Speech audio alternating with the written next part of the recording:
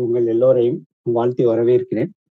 இயேசு கிறிஸ்துவின் கிருபையும் இரக்கமும் சமாதானமும் சத்தியத்தோடு அன்பும் இங்க இருக்கிற ஒவ்வொருத்தரோடும் என்றென்றும் இருப்பதாக.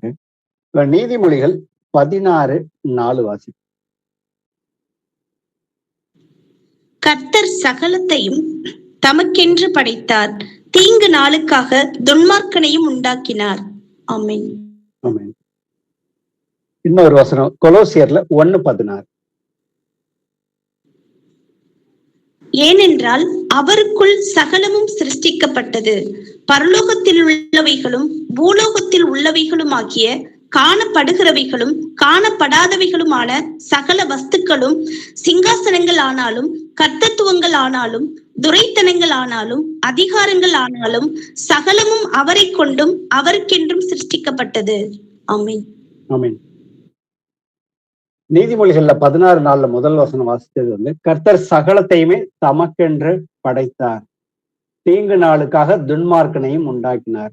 இந்த வசனத்தின்படி பார்த்தீங்கன்னா ஒரே ஒரு வார்த்தையில முடிச்சிட்டாரு. இந்த உலகத்துல இருக்கிற எல்லாமே நம்ம எது எல்லாம் அததான் கொலோசியர்ல 1:16 பார்த்தோம். நாம பரலோகத்துல உள்ளவைகளும் பூலோகத்தில் உள்ளவைகளும் காணப்படுகிற நம்ம கண்ணுக்கு தெரியறதும் தெரியாதது ராஜ்யங்கள் எல்லாமே அவருக்காகவும் அவருக்கென்றே சிருஷ்டிக்கப்பட்டிருக்கிறது. அப்ப நாம இதுல முதல்ல அடிப்படையா புரிஞ்சு கொள்ள வேண்டியது எல்லாமே தேவனால் மட்டும்தான் உண்டானது. நாமும் அவரால்தான் சிருஷ்டிக்கப்பட்டிருக்கிறோம். ரோமர் 11:36 வாசிப்போம்.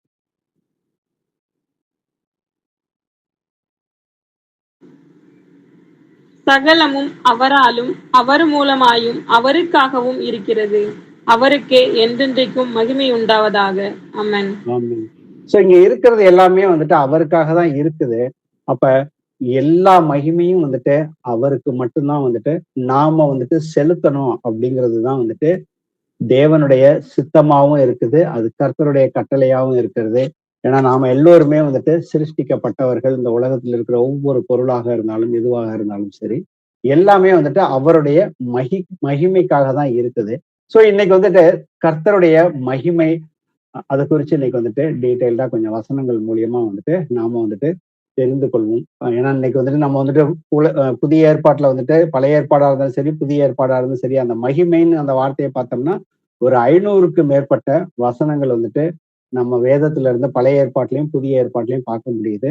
அதுல பவுல் ஒவ்வொரு நிருபத்திலையும் அவருக்கே மகிமை உண்டாவதாகன்னு சொல்லிட்டு அவர் நிருபங்கள் தோறும் அவர் எழுதுறாரு. ஆக்சுவலா அப்ப கர்த்தர் மகிமை அவர் என்றென்றைக்குமே மகிமையாதான் இருக்கிறாரு அப்படிங்கிறத நாம புரிஞ்சு கொள்ளணும். சோ அப்ப பாத்தீங்கன்னாக்கா இந்த வாழ்க்கை, இந்த பிரபஞ்சத்தோட இறுதி நோக்கம் என்ன, இல்லைனாக்கா நம்மளுடைய டெஸ்டினேஷன், நம்மளுடைய கர்த்தருடைய சித்தம், இது எல்லாமே பாத்தீங்கன்னாக்க தேவனுக்கு எல்லாமே தேவனை மகிமைப்படுத்தணுங்கிறது ஒண்ணுதான் கடைசியா இருக்குது.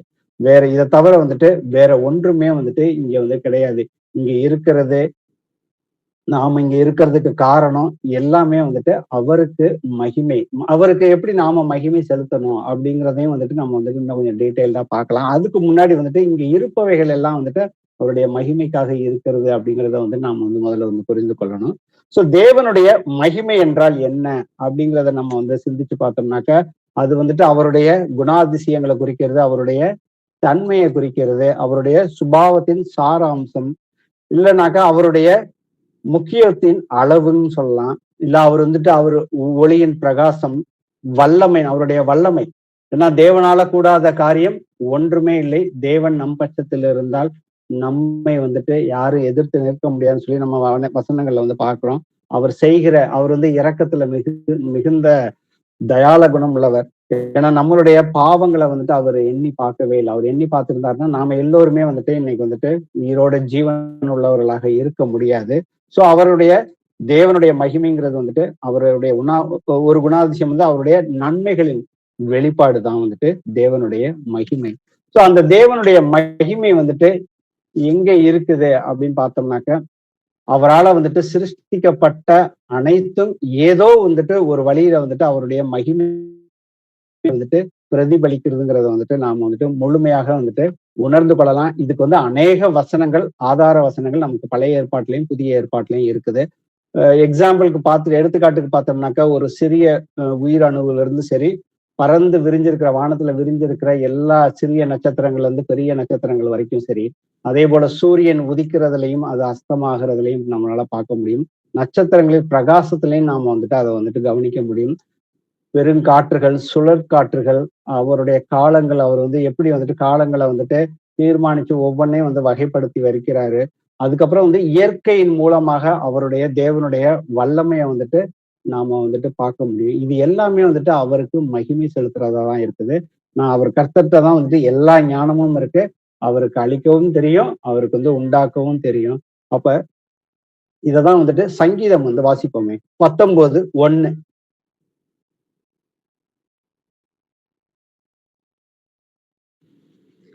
வானங்கள் தேவனுடைய மகிமையை வெளிப்படுத்துகிறது. ஆகாய விரிவு அவருடைய கரங்களின் கிரியையை அறிவிக்கிறது. ஆமென். ஆமென். சோ வானங்கள் வந்துட்டு தேவனுடைய மகிமையை வெளிப்படுத்துகிறது. நம்ம வானத்தை அண்ணாந்து பாக்குறப்ப அது தேவனுடைய மகிமையை வந்து நாம வந்து காண்கிறோங்கிறத வந்துட்டு எப்பொழுதுமே வந்துட்டு புரிந்து கொள்ள வேண்டும் இந்த வசனத்தின் வழியாக. அப்ப நாம வந்துட்டு அவருடைய மகிமையை வந்துட்டு ஒண்ணு உணர முடியும், அதை வந்து பார்க்கவும் முடியும் அப்படிங்கிறது தான் வந்துட்டு அடிப்படையா வந்துட்டு தேவனுடைய மகிமை எங்க இருக்குதுன்னு பார்த்தோம்னாக்கா அதை நம்மளால உணரவும் முடியும். அவருடைய வெளிப்படுத்துதல், அவருடைய அதிசயங்கள், அற்புதங்கள் நம்மை கொண்டு செய்யும் பொழுது, நமக்கு சாட்சி கொடுக்கும்போது அவருடைய மகிமை வந்துட்டு வெளிப்படுகிறது அப்படிங்கிறத நம்ம வந்துட்டு புரிந்து கொள்ளலாம். சோ அதே போல வந்துட்டு தேவனுடைய மகிமையை வந்துட்டு ஆதி முதல் இந்த உலகம் உண்டாக்குனது முதல் இன்று வரைக்கும் வந்துட்டு எப்படி எல்லாம் வந்துட்டு வெளிப்பட்டிருக்குது அப்படிங்கிறத ஒரு சில வசனங்கள்ல நம்ம வந்துட்டு வாசிப்போம். சோ முதல்ல வந்துட்டு அவர் வந்துட்டு ஆதாமுக்கு அவருடைய மகிமையை வந்துட்டு எப்படி வெளிப்படுத்தினார் அப்படிங்கிறத ஆதியாகமத்துல 3:8 வாசிப்போம். பகலில் குளிர்ச்சியான வேளையிலே தோட்டத்தில் உலாவுகிற தேவனாகிய கர்த்தருடைய சத்தத்தை அவர்கள் கேட்டார்கள். அப்பொழுது ஆதாமும் அவன் மனைவியும் தேவனாகிய கர்த்தருடைய சன்னதிக்கு விலகி தோட்டத்தின் விருட்சங்களுக்குள்ளே ஒளித்துக் கொண்டார்கள். ஆமென். ஆமென். சோ ஆதாம் ஏவாள் வந்துட்டு அவங்க வந்து பாவம் செய்யற வரைக்கும் பாத்தீங்கன்னாக்கா அது வரைக்கும் வந்து கர்த்தர் வந்துட்டு அவங்களோட வந்துட்டு அவர் வந்துட்டு அவங்களோட உலாவி கொண்டு இருந்தார் தோட்டத்துல அப்படிங்கிறது அவங்களோட வந்துட்டு ஒரே ஆவியில வந்துட்டு அவங்க வந்து பேசுனதையும் வந்துட்டு நம்ம வந்துட்டு இந்த வசனத்தின் மூலியமா உணர்ந்து கொள்ள முடியும். ஸோ தேவன் வந்து தன்னுடைய ஏன்னா ஒருவனும் வந்துட்டு தேவனை வந்து காணக்கூடாதவர்னு ஒண்ணு போட்டிருக்குது. அவரை காண்கிறவன் வந்துட்டு அவரை வந்துட்டு நம்ம வந்துட்டு ஒருவனும் உயிரோட இருக்க முடியாது சொல்லியிருக்காரு. ஆனா வந்துட்டு அன்னைக்கு வந்துட்டு பாவம் செய்யாதனால ஆதாமுக்கு வந்து தன்னுடைய மகிமையை வந்துட்டு கர்த்தர் வந்து அனுதினமும் வந்துட்டு வெளிப்படுத்திக்கிட்டே இருந்தாரு. சோ அடுத்தது பாத்தீங்கன்னா யாத்ராகமத்துல 33வது அதிகாரத்துல 18-23 மோசேக்கு எப்படி வெளிப்படுத்துறாரு அப்படிங்கிறத. அப்பொழுது அவன், உம்முடைய மகிமையை எனக்கு காண்பித்தருளும் என்றான். அதற்கு அவர், என்னுடைய தயையை எல்லாம் நான் உனக்கு முன்பாக கடந்து போக பண்ணி கர்த்தருடைய நாமத்தை உனக்கு முன்பாக கூறுவேன். எவன் மேல் கிருபையாய் இருக்க சித்தமாய் இருப்பேனோ அவன் மேல் கிருபையாய் இருப்பேன். எவன் மேல் இரக்கமாய் இருக்க சித்தமாய் இருப்பேனோ அவன் மேல் இரக்கமாய் இருப்பேன் என்று சொல்லி நீ என் முகத்தை காண மாட்டாய். ஒரு மனுஷனும் என்னை கண்டு உயிரோடு இருக்க கூடாது என்றார். பின்னும் கர்த்தர், இதோ என் அண்டையில் ஒரு இடம் உண்டு, நீ அங்கே கண்மலையில் நில்லு. என் மகிமை கடந்து போகும்போது நான் உன்னை அந்த கண்மலையின் வெடிப்பிலே வைத்து நான் கடந்து போக மட்டும் என் கரத்தினால் உன்னை மூடுவேன். பின்பு என் கரத்தை எடுப்பேன், அப்பொழுது என் பின்பக்கத்தை காண்பாய், என் முகமோ காணப்படாது என்றார். ஆமென். சோ இங்க வந்துட்டு மோசே வந்துட்டு பிதாவுகிட்ட வந்துட்டு கேட்கிறாரு, உங்களுடைய மகிமையை வந்துட்டு என் கர்த்தர்கிட்ட கேட்கிறாரு, உங்களுடைய மகிமையை நான் வந்து பார்க்கணும் அப்படிங்கிறப்ப வந்துட்டு ஒரு மனுஷனும் பார்த்து வந்துட்டு உயிரோட இருக்க முடியாதுன்னு சொல்லிட்டு அவர் வந்து கண்மலைக்கு பின்னாடி வந்துட்டு என்னுடைய கரத்தினால் மறைப்பேன், என் பின்புறத்தை பார்ப்பான்னு சொல்லிட்டு அவருடைய மகிமையை வந்துட்டு அவர் வந்து பார்த்துட்டு அந்த மகிமையை பார்த்துட்டு அவர் வந்து மலையிலிருந்து கீழே இறங்கி வரப்ப இங்க வந்துட்டு இஸ்ரவேல் மக்கள் வந்துட்டு அவருடைய முகத்தை பார்க்க முடியாம அந்த மகிமை அவர் பின்புறத்தை பார்த்துட்டு அவர் முகம் வந்துட்டு பிரகாசம் அடைந்ததை வந்து அவங்களால பார்க்க முடியாம வந்துட்டு முக்காடிட்டு கொண்டார்கள் அப்படின்னு சொல்லிட்டு நம்ம வந்து வசனம் பார்க்கிறோம். ஸோ அவ்வளவு ஒரு வந்து மகிமையுடையவர் வந்து தேவனாகிய கர்த்தர். ஸோ அடுத்தது வந்து கர்த்தர் வந்துட்டு வேற ஒரு இடத்துல வந்துட்டு ஆசரிப்பு கூடாரத்தை மோசேவை வச்சு வந்துட்டு ஆசரிப்பு கூடாரத்தை வந்துட்டு பண்ண சொல்லுவாரு. அந்த ஆசரிப்பு கூடாரத்துல வந்து பண்ணி முடிச்சதுக்கு அப்புறம் தேவன் வந்து தன்னுடைய மகிமையை வந்துட்டு எப்படி வெளிப்படுத்தினாருங்கிறது யாத்ராகமம் 40-33 முதல் 38 வரைக்கும். பின்பு அவன் வாசஸ்தலத்தையும் பலிபீடத்தையும் சுற்றி பிரகாரத்தை நிறுத்தி பிரகாரத்தின் தொங்கு திரையை தொங்க வைத்தான். இவ்விதமாய் மோசே வேலையை முடித்தான். அப்பொழுது ஒரு மேகம் ஆசரிப்பு கூடாரத்தை மூடினது. கர்த்தருடைய மகிமை வாசஸ்தலத்தை நிரப்பிற்று. ஆமென். 38 வரைக்கும். மேகம் அதின்மேல் தங்கி கர்த்தருடைய மகிமை வாசஸ்தலத்தை நிரப்பினதினால் மோசே ஆசரிப்பு கூடாரத்துக்குள் பிரவேசிக்க கூடாமல் இருந்தது. வாசஸ்தலத்திலிருந்து மேகம் மேலே எழும்பும் போது இஸ்ரவேல் புத்திரர் பிரயாணம் பண்ண புறப்படுவார்கள். மேகம் எழும்பாதிருந்தால் அது எழும்பும் நாள் வரைக்கும் பிரயாணம் பண்ணாதிருப்பார்கள். இஸ்ரவேல் வம்சத்தார் பண்ணும் எல்லா பிரயாணங்களிலும் அவர்கள் எல்லாருடைய கண்களுக்கும் பிரத்யட்சமாய் பகலில் கர்த்தருடைய மேகமும் இரவில் அக்கினியும் வாசஸ்தலத்தின் மேல் தங்கியிருந்தது. ஆமென்.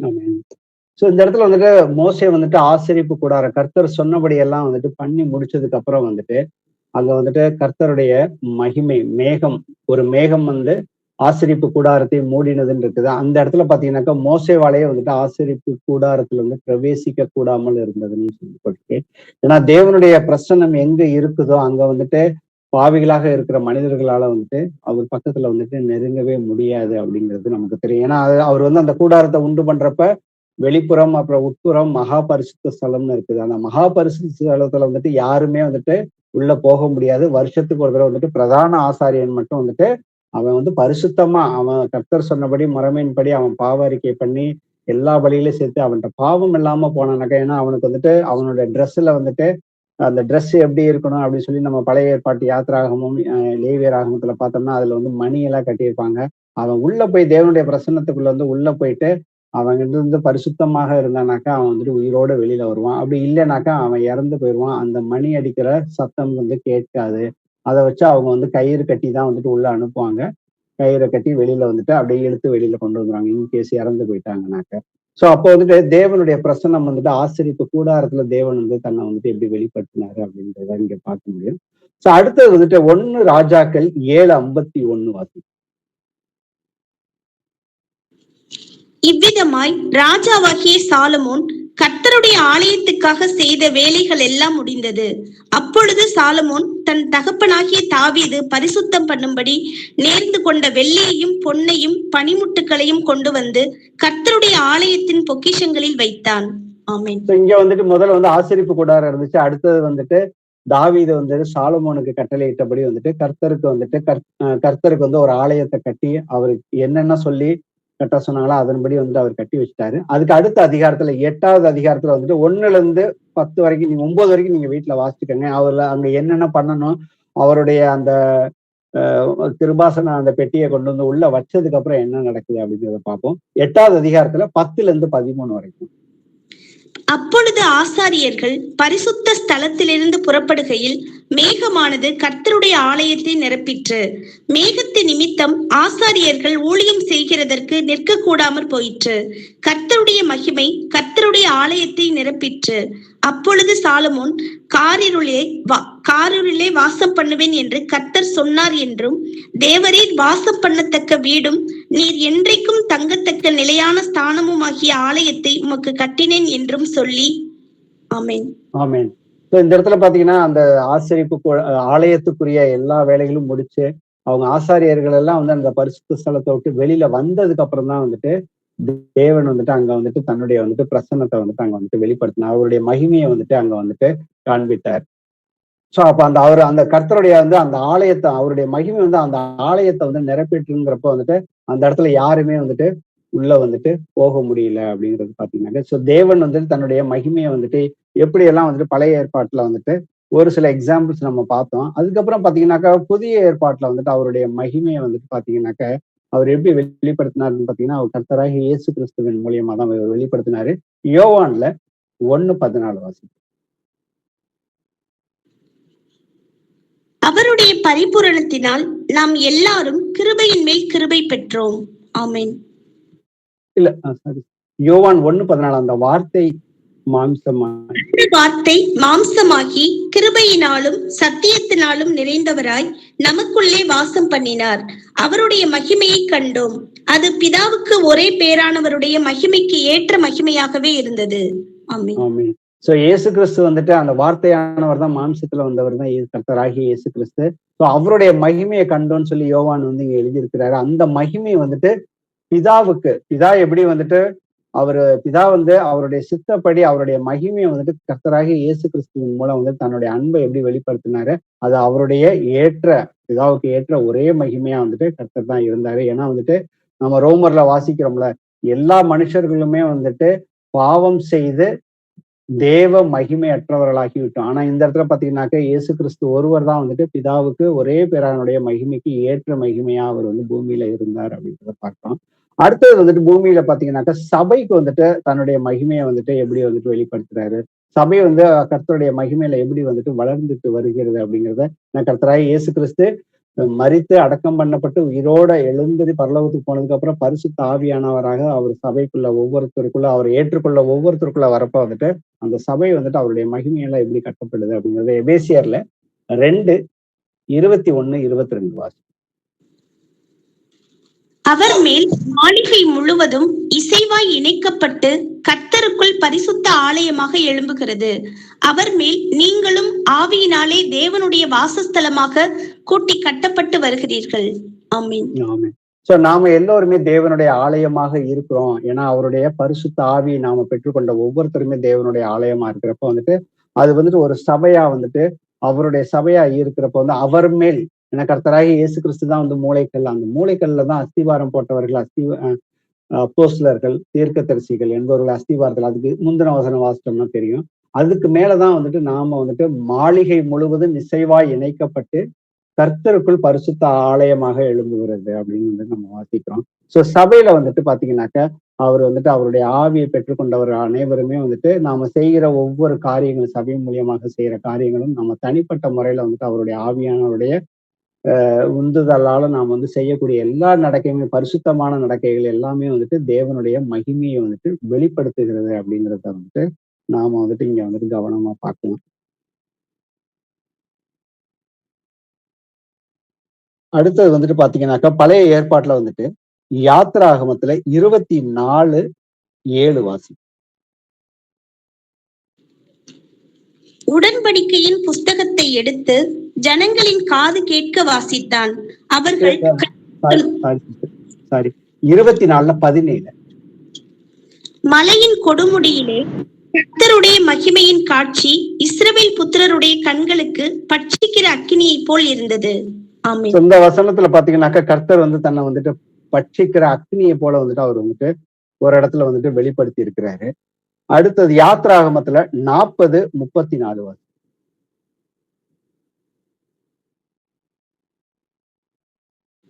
அப்பொழுது ஒரு மேகம் ஆசரிப்பு கூடாரத்தை மூடினது, கர்த்தருடைய மகிமை வாசஸ்தலத்தை நிரம்பிற்று. ஆமென். ஆமென். சோ கர்த்தர் வந்துட்டு அவருடைய மகிமையை வந்துட்டு மேகத்தின் மூலியமாவும் வந்துட்டு அவர் வந்து தன்னை வந்துட்டு வெளிப்படுத்தி இருக்கிறாருங்கிறது இந்த வசனத்துல வந்துட்டு நம்ம வந்து பார்க்க முடியுது.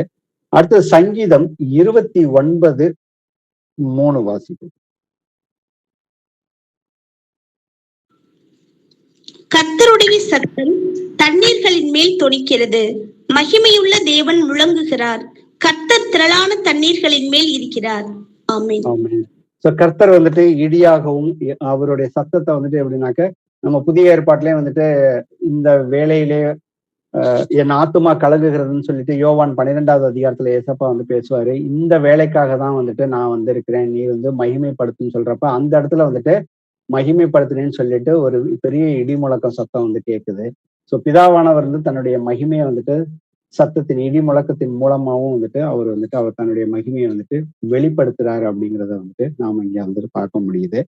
அடுத்தது ஏசாயால 6வது அதிகாரத்துல 3-4 வாசி. ஒருவரை ஒருவர் நோக்கி சேனைகளின் கர்த்தர் பரிசுத்தர் பரிசுத்தர் பரிசுத்தர், பூமி அனைத்தும் அவருடைய மகிமையால் நிறைந்திருக்கிறது என்று கூப்பிட்டு சொன்னார்கள். கூப்பிடுகிறவர்களின் சத்தத்தால் வாசல்களின் நிலைகள் அசைந்து ஆலயம் புகையினால் நிறைந்தது. அப்பொழுது நான் ஆலயம் புகையினால் நிறைந்தது. சோ தேவன் வந்து தன்னுடைய மகிமையை வந்துட்டு அந்த புகை மூலியமாவும் வந்துட்டு அவர் வந்து வெளிப்படுத்தி இருக்கிறாருங்கிறது இந்த வசனத்தின் மூலியமா வந்துட்டு நாம வந்து புரிந்து கொள்ள முடியும். அடுத்து வந்துட்டு ஏசாயா 60:1-2 வாசிப்போம். எழும்பி பிரகாசி, உன் ஒளி வந்தது, கர்த்தருடைய மகிமை உன்மேல் உதித்தது.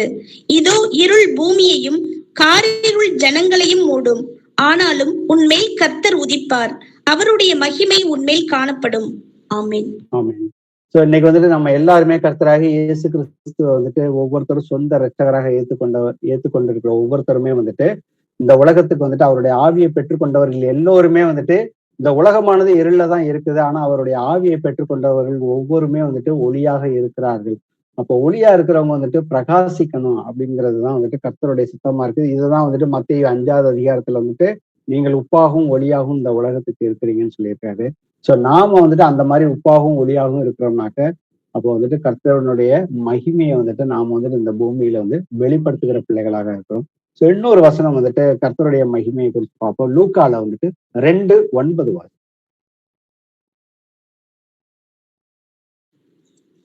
அவ்வேளையில் கர்த்தருடைய தூதன் அவர்களிடத்தில் வந்து நின்றான். கர்த்தருடைய மகிமை அவர்களை சுற்றிலும் பிரகாசித்தது, அவர்கள் மிகவும் பயந்தார்கள். ஆமென். ஆமென். சோ அப்ப வந்துட்டு அவங்க வந்துட்டு அந்த தூதர்கள் வந்துட்டு வானத்துல இருந்து கீழே வரப்ப வந்துட்டு அங்க இடையர்கள் வந்துட்டு அவங்க மேய்ப்பர்கள் எல்லோருமே அவங்க வந்துட்டு அந்த வெளிச்சத்தை பார்த்து பயந்தார்கள். வந்துட்டு இந்த இடத்துல என்ன போட்டிருக்காங்க, அந்த வெளிச்சத்தை வந்து கர்த்தருடைய மகிமை அவர்களை சுற்றி பிரகாசித்தது, அவர்கள் மிகவும் பயந்தார்கள். அப்ப கர்த்தர் வந்து தன்னை வந்துட்டு பிரகாசிக்கிற ஒளியை போல வந்துட்டு காட்டுறாரு. சோ இததான் வந்துட்டு வெளிப்படுத்தின விசேஷத்துல அந்த பழைய வானமும் பழைய பூமியும் ஒளிந்து போனதுக்கு அப்புறம் வந்துட்டு வெளிப்படுத்தின விசேஷம் 21 வந்துட்டு முதல் வசனத்தை பின்பு நான் புதிய வானத்தையும் புதிய பூமியையும் கண்டேன். முந்தின வானமும் முந்தின பூமியும் ஒளிந்து போயின, சமுத்திரமும் இல்லாமற் போயிற்று. ஆமென். இப்ப பழசு எல்லாம் போனதுக்கு அப்புறம் பாத்துக்கிட்டீங்கன்னாக்கா இதுக்கு முந்தின வசனத்துல இதுக்கு முன்னாடி எல்லாமே பார்த்தோம். கர்த்தர் வந்துட்டு எல்லா இடத்துலயுமே நிறைய இடத்துல வந்து வெளிச்சம் காட்டுறாரு. அப்ப இனி வரப்போற அந்த புதிய வானத்திற்கும் புதிய பூமிக்கும் வந்துட்டு தேவனே வந்துட்டு வெளிச்சமா ஆட்டுக்குட்டியானவரே அதற்கு வந்து விளக்கா இருக்கிறாருன்னு சொல்லி அதே இதுல வந்துட்டு 23வது வசனத்தை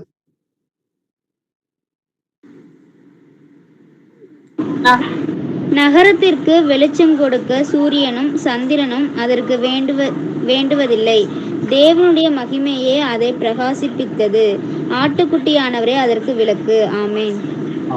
ஆட்டுக்குட்டியானவர்னா இயேசு கிறிஸ்து தான். கர்த்தராகி இயேசு கிறிஸ்து தான் நம்மளுடைய பிதா. அவர் தான் வந்துட்டு நமக்கு வந்துட்டு என்றென்றைக்குமே வந்துட்டு யாரெல்லாம் வந்துட்டு அவரோட வந்துட்டு மறுரூபமாக்கப்படுறோமோ அவர்கள் எல்லோருக்குமே வந்துட்டு அவர் புதிய வானத்திலையும் புதிய பூமியிலையும் வந்துட்டு அங்க வந்துட்டு சூரியன் சந்திரன் எதுவுமே கிடையாது. அவருடைய மகிமையே வந்துட்டு நமக்கு வந்துட்டு விளக்காக இருக்க போகிறது. அப்ப நாம எல்லோருமே வந்துட்டு தேவன் வந்து எவ்வளவு மகிமை பொறிந்தவராக இருக்கிறார்.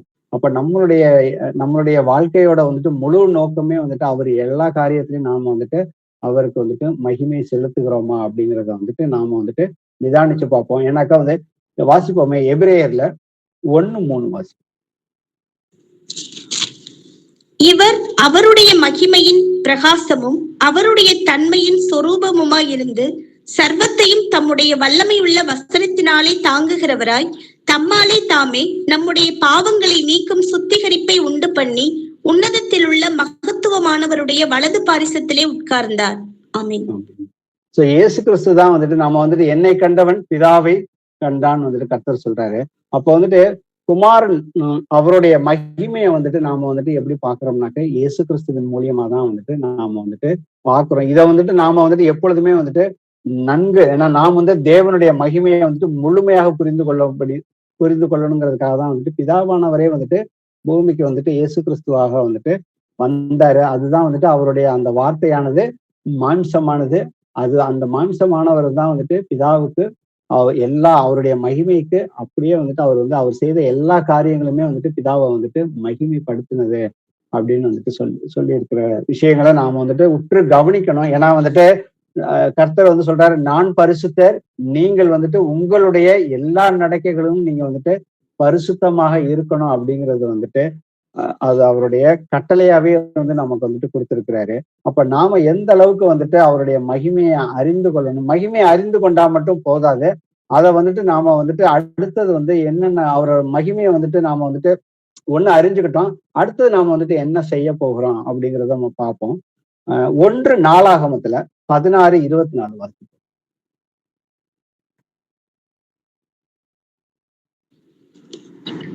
ஜாதிகளுக்குள் அவருடைய மகிமையையும் சகல ஜனங்களுக்குள்ளும் அவருடைய அதிசயங்களையும் விவரித்து சொல்லுங்கள். ஆமென். முதல்ல வந்து நாம வந்துட்டு அவருடைய மகிமையை வந்துட்டு முழுமையா புரிஞ்சுக்கிட்டோம். ஏன்னா நாம வந்துட்டு ரோமர் 3:23 சொல்றதுபடி வந்துட்டு நாம வந்துட்டு பாவம் செய்து மகிமையற்றவர்களாக இருந்தோம். ஆனா அவருடைய கிருபையினால, கர்த்தராகி இயேசு கிறிஸ்துவின் கிருபையினால நாம எல்லோருமே வந்துட்டு நம் பாவம் அவரை சொந்த இரட்சகராக ஏற்றுக்கொண்ட ஒவ்வொருவருமே வந்துட்டு பாவங்கள் மன்னிக்கப்பட்டு அவருடைய ஆவியை பெற்றுக்கொண்டு இன்று வரைக்கும் வந்துட்டு நம்மளுடைய ஜீவன் வந்துட்டு கர்த்தராகி இயேசு கிறிஸ்துவுக்குள் மறைந்திருக்குது அப்படின்னு சொல்லிட்டு நமக்கு அநேக வசனங்கள் இருக்குது. அப்ப அவருக்குள்ள நம்மளுடைய ஜீவன் மறைந்திருக்குங்கிறப்ப வந்துட்டு அவருடைய மகிமையை வந்துட்டு நாம வந்துட்டு ஜனங்களுக்குள்ள வந்துட்டு சொல்ல வேண்டியது வந்துட்டு நம்ம வந்துட்டு சொல்லணும். அது வந்து நம்மளுடைய கடமையாகவும் இருக்குது. அதே போல வந்து சங்கீதம் 29:1 வாசிப்போம்.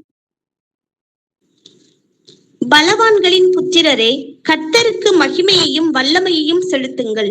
கர்த்தருக்கே அதை செலுத்துங்கள். ஆமென். சோ அவருக்கு தான் எல்லா காரியத்திலயுமே அவருக்கு வந்துட்டு மகிமையும் அவருடைய வல்லமையை குறித்து வந்துட்டு சொல்லணும். ஏன்னா கர்த்தர் வந்துட்டு இன்னைக்கு வந்துட்டு நமக்கு வந்துட்டு நம்மளுடைய ஜபங்களை வந்துட்டு அவர் வந்துட்டு பதில் கொடுக்கிறாரு. அதே போல அதிசயங்கள், அற்புதங்கள், அவரால கூடாத காரியங்கள் ஒவ்வொருத்தருக்குமே தனிப்பட்ட முறையில இருக்கும். சோ அது எல்லாத்தையுமே வந்துட்டு அதுக்கு முதல்ல வந்துட்டு நன்றி செலுத்தணும். அதை வந்துட்டு மற்றவங்கள்ட்ட வந்துட்டு எடுத்து சொல்லணும் அப்படிங்கிறது இங்க வந்துட்டு. ஏன்னா அவருடைய மகிமை அறிந்தவர்கள் வந்து கண்டிப்பா வந்துட்டு அமைதியாக இருக்க மாட்டாங்க. அதை வந்துட்டு சொல்லணும் அப்படிங்கிறது தான் கர்த்தருடைய சித்தமா இருக்கிறது. சங்கீதம் 66:2 வாசிப்போம். அவர் நாமத்தின் மகத்துவத்தை கீர்த்தனம் பண்ணி அவருடைய துதியின் மகிமையை கொண்டாடுங்கள். ஆமென். ஆமென். சோ எப்பொழுதுமே வந்துட்டு நாம வந்துட்டு நம்மளுடைய நாவல வந்துட்டு அவரை எந்த காரியத்திலயும் வந்துட்டு துதிக்கணும்னு வந்து சொல்லியிருக்காரு. ஏன்னா வந்துட்டு யாக்கோபுல வந்து 5வது அதிகாரத்துல பாத்தீங்கன்னாக்கா 12, 13வது வசனத்துல வந்து ஒருவன் வந்துட்டு துன்பப்பட்டால் ஜெபம் பண்ண கடவன், ஒருவன் வந்துட்டு இல்லைனாக்கா நீங்க வந்துட்டு நன்றி சந்தோஷமா இருந்தா நீங்க வந்துட்டு எப்பொழுதுமே வந்துட்டு நன்றி உள்ளவர்களாக இருங்கள் அப்படின்னு சொல்லியிருக்கிறாரு. அப்ப இந்த 2 காரியத்தை தான் நாம வந்துட்டு செய்யறதுக்கு வந்துட்டு கர்த்தர் வந்துட்டு, ஏன்னா மனிதர்களாக இருக்கிற நாம எல்லோருமே வந்துட்டு பலவீனமானவர்கள் தான். நம்ம ஏதாவது ஒரு கர்த்தருடைய நாமத்தினால வந்துட்டு ஏதாவது நமக்கு வந்துட்டு ஒரு துன்பத்துக்கு போறப்ப வந்துட்டு கர்த்தர்ட்ட வந்துட்டு நம்ம வந்துட்டு மனம் திரும்பி ஜெபம் பண்ணோம்னாக்கா கர்த்தர் வந்துட்டு எல்லாத்தையுமே வந்து மாற்றி போட வல்லவராக இருக்கிறார். நமக்கு வந்துட்டு அநேக சாட்சிகள் வந்துட்டு வாரம் வந்து நடக்கிற இந்த பைபிள் கூடுகையில வந்துட்டு சொல்றோம். யாராவது சகோதரர்கள் வந்து சொல்றாங்க. அந்த சாட்சிகள் எல்லாம் வந்துட்டு கர்த்தருடைய மகிமையை வந்து வெளிப்படுத்துது. சோ அதே போல வந்து நமக்கு சாட்சி இல்லாதவர்களும் வந்துட்டு அதுக்கு வந்துட்டு முயற்சி பண்ணணும். சோ அவங்களுக்கு சாட்சியை வந்து கர்த்தர் கொடுத்திருக்காரு. அதே கர்த்தர் வந்துட்டு கர்த்தர் வந்து பாரபட்சம் இல்லாதவர். சோ அவருடைய வசனம் வந்துட்டு எல்லா மனிதர்களுக்கும் வந்துட்டு பொதுவான வசனம் தான். அவர் யாரு தனிப்பட்ட முறையில வந்துட்டு அவர் வந்து பட்சபாதம் இல்லாம வந்துட்டு பட்சபாதத்தோட நடத்துறவர் கிடையாது. அப்ப நம்ம வந்துட்டு நமக்கு வந்துட்டு நம்ம ஜெபம் இன்னும் கேட்கப்படலையே, அப்ப நம்ம வந்துட்டு அவருடைய கர்த்தருடைய மகிமையே வந்துட்டு நம்ம வந்துட்டு இன்னும் வந்துட்டு பார்க்க முடியலையே, அதன்படி அப்ப அதுக்கு என்ன காரியங்கள் அப்படின்னு சொல்லிட்டு நம்ம சகோதரரோட வந்துட்டு ஐக்கியத்துல இருக்கிறவங்களோட வந்துட்டு நம்ம பிரச்சனைகளை பகிர்ந்து கொள்றப்ப வந்துட்டு அவங்க நமக்கு வந்துட்டு வசனத்தின் வழியாக வந்துட்டு விடுதலைக்கு உண்டான வழியை வந்துட்டு, ஏன்னா எல்லோருமே வந்துட்டு கர்த்தருடைய, ஏன்னா யாருக்கும் வந்துட்டு, ஏன்னா எல்லாமே வந்து கர்த்தருடைய ஆவியினாலதான் நடக்குது. ஏன்னா மாம்சத்தினால ஒண்ணுமே கிடையாதுன்னு சொல்லிட்டு நமக்கு வந்து பழைய ஏற்பாட்டுல சகரியா 4:6 சொல்லி எல்லாமே வந்துட்டு அவருடைய ஆவியினாலதான் வந்துட்டு, பராக்கிரமத்தினாலும் பலத்தினாலும் அல்ல, எல்லாமே வந்துட்டு அவருடைய ஆவியினாலதான் வந்துட்டு. கர்த்தருடைய ஆவியினால எல்லாம் கூடுங்கிறத வந்து நம்ம வந்து முதல்ல வந்துட்டு விசுவசிக்கணும். விசுவசிச்சு அதற்கேற்றபடி நம்மளுடைய கிரியைகளை வந்துட்டு மாற்றிக்கொள்ளணும் அப்படிங்கிறதையும் வந்துட்டு நம்ம வந்து பார்ப்போம். சோ அதனாலதான் வந்துட்டு வெளிப்படுத்தின விசேஷத்துல 4:11 வாசிப்போம். கர்த்தாவே, தேவரீர் மகிமையையும் கனத்தையும் வல்லமையையும் பெற்றுக் கொள்ளுகிறதற்கு பாத்திரராய் இருக்கிறீர். நீரே சகலத்தையும் சிருஷ்டித்தீர். உம்முடைய சித்தத்தினாலே அவைகள் உண்டாயிருக்கிறவைகளும் சிருஷ்டிக்கப்பட்டவைகளுமாய் இருக்கிறது என்றார்கள். ஆமென். ஆமென். தேவரீர் கர்த்தாவே மகிமையும் கனத்தையும் வல்லமையும் பெற்றுக் கொள்ளுகிறதற்கு அவர் ஒருத்தர் தான் வந்துட்டு பாத்திரராய் இருக்கிறார். ஏன்னா அவரு தான் வந்து எல்லாத்தையுமே வந்துட்டு சிருஷ்டித்தார். அவருடைய சித்தம் கொண்டுதான் இன்னைக்கு வந்துட்டு எல்லாமே வந்துட்டு அசைக்கிறது, நடக்கிறது எல்லாமே இன்னைக்கு உலகத்துல நடக்குது. அப்ப எல்லா மகிமையும் அவர் ஒருவருக்கு தான் நாம வந்துட்டு செலுத்தணும் அப்படிங்கிறத என்றென்றைக்குமே நாம வந்துட்டு மறக்கவும் கூடாது. அதன்படி நம்மளுடைய கிரிகைகளை அதற்கேற்றபடி வந்துட்டு நாம வந்து மாற்றிக்கொள்ளணும். அப்ப அதுக்கப்புறம் பாத்தீங்கன்னாக்கா, சோ தேவனுடைய மகிமைக்குரிய காரியங்களை வந்துட்டு பார்த்தோம். ஆனா வந்துட்டு இன்னும் வந்துட்டு தேவனுக்கு வந்துட்டு 2 பேர் வந்துட்டு மகிமையை செலுத்தல அப்படிங்கிறதையும் வந்துட்டு நம்ம வந்துட்டு இந்த அவரோட படைப்புகளை பாத்தீங்கன்னாக்க 2 படைப்புகள் மட்டும்தான் வந்துட்டு அவருக்கு வந்துட்டு மகிமையை வந்துட்டு கொண்டு வர வந்துட்டு தவறுனது. ஒன்று பாத்தீங்கன்னாக்க பரலோகத்திலிருந்து பூலோகத்துக்கு கீழே தள்ளப்பட்ட தூதர்கள். அது யாருனாக்கா பிசாசுகள். 2வது வந்துட்டு மனிதர்கள் தான். சோ நாம வந்துட்டு இவங்க 2 பேர் தான் வந்துட்டு தேவனுக்கு வந்துட்டு மகிமையை வந்துட்டு முழுமையாக வந்துட்டு செலுத்தாம இருக்கிறோம். இது பொதுப்படையா வந்துட்டு பாக்குறது. ஏன்னா கர்த்தரை வந்துட்டு ஏத்துக்கிட்டு சொந்த இரட்சகராக ஏத்துக்கிட்டவங்க, கர்த்தருடைய ஆவியை பெற்றுக் கொண்டவர்கள் தேவனுக்கு இதுவரைக்கும் மகிமை செலுத்துறதுக்கு புரியாம இருந்தோம்னாலும் பரவாயில்ல. இனி வந்துட்டு நம்ம வந்து இந்த வசனங்கள் மூலியமா வந்துட்டு அவருக்கு எல்லா காரியத்திலையும் அவருக்கு வந்து மகிமையை செலுத்தணும். அது வந்துட்டு நம்ம நடக்கக்கூடிய நடக்கைகள் மூலியமா தான் அப்படிங்கிறத பார்ப்போம். அதற்கு அடிப்படையான காரணம் பாத்தீங்கன்னாக்க பாவம். எல்லா பாவத்திற்கும் வந்துட்டு அடிப்படை பிரச்சனை பாத்தீங்கன்னாக்க தேவனுக்கு கொடுக்க வேண்டிய வந்து மகிமையை வந்து கொடுக்க தவறுகிறப்பதான். அதற்கு அடிப்படையான காரணம் வந்துட்டு அவருடைய வார்த்தைக்கு கீழ்ப்படியாமைதான். கீழ்ப்படியாமைங்கிறது வந்துட்டு அவங்களுக்குள்ள வந்துட்டு யாருக்கெல்லாம் வந்துட்டு அந்த பிசாசானவனுக்கும் சரி, மனிதர்களுக்கும் சரி, அவருடைய வார்த்தைக்கு கீழ்ப்படியாதப்ப அவர்களுக்குள்ள வந்துட்டு பெருமை. அந்த பெருமை தான் வந்துட்டு அடிப்படையான காரணம். சோ எல்லாத்துக்குமே வேறு வந்துட்டு அவருடைய வசனத்துக்கு. ஏன்னா அவர் வந்து சிருஷ்டித்தவர். ஏன்னா நாம இன்னைக்கு வந்து உலகத்துல ஏதாவது ஒரு காரியத்தை, ஒரு கண்டுபிடிப்பை வந்துட்டு நாம வந்துட்டு கண்டுபிடிச்சு அது வந்துட்டு நம்ம சொல் பேச்சுப்படி நாம நினைக்கிறபடி நடக்கலைன்னா என்ன பண்ணுவோம்? அதை அழிக்கிறதுக்கு தான் நம்ம வந்துட்டு பார்ப்போம். ஏன்னா இது வந்துட்டு வேஸ்ட். இல்ல ஃபார் எக்ஸாம்பிளுக்கு வந்துட்டு நாம வந்துட்டு ஒரு மரத்தை வந்துட்டு வளர்க்குறோம். அந்த மரத்துல வந்துட்டு கனி கிடைக்கலனாக்கா என்ன பண்ணோம்னாக்கா அது அடுத்தது வந்து எதுக்கு வேஸ்டா இருக்குது? அதை வெட்டி ஒண்ணு விறகாக்கு, இல்லைனாக்கா அதை எடைக்கு போட்டு காசாக்குவோம் அப்படின்னு தான் வந்துட்டு நம்ம மனிதர்களாக இருக்கிற நாமே வந்துட்டு அந்த மாதிரிதான் வந்துட்டு யோசிக்கிறோம். அப்ப தேவன் வந்துட்டு நம்மளை வந்துட்டு சிருஷ்டித்து இருக்கிறார். அவர் வந்துட்டு அவருடைய மகிமைக்காக தான். ஏன்னா அவருடைய மகிமை வந்துட்டு பரிசுத்தமானதான். எல்லா நடக்கையிலும் நாம வந்து பரிசுத்தமா இருக்கணும். பரிசுத்தம் இல்லாம போனாக்கா அவர் வந்துட்டு மிகுந்த இரக்கமும் தயாளமும் கிருபையும் உடையவர். அந்த கிருபையை வந்து அவர் கொடுக்குறாரு. அவர் நீடிய பொறுமையா இருக்கிறார். ஏன்னா ஆவியின் கனியில நீடிய பொறுமை வந்துட்டு அதுவும் வந்து அவருடைய ஒரு தன்மை. அவர் நீடிய பொறுமையா தான் எல்லா மனிதர்கள்ட்டையுமே இருக்கிறாரு.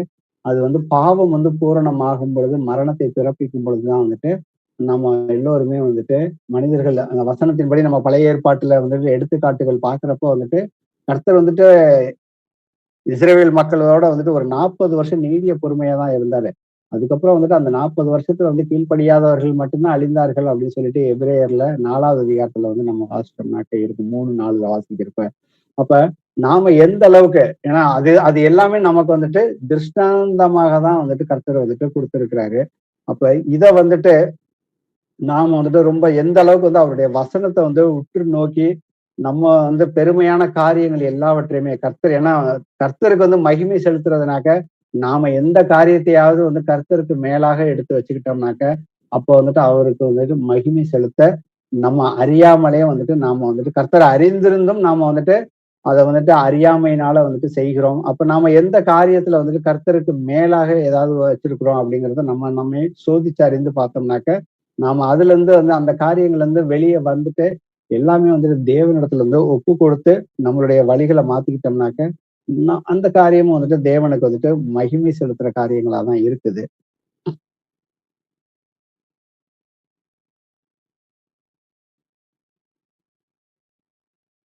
அடுத்து வந்துட்டு பாத்தீங்கன்னாக்க இந்த பூமியில வந்துட்டு எப்படி வந்துட்டு கர்த்தராகி இயேசு கிறிஸ்து அதுக்கு முன்னாடி வந்து வாசிப்போமே ஏசாயா 43:7.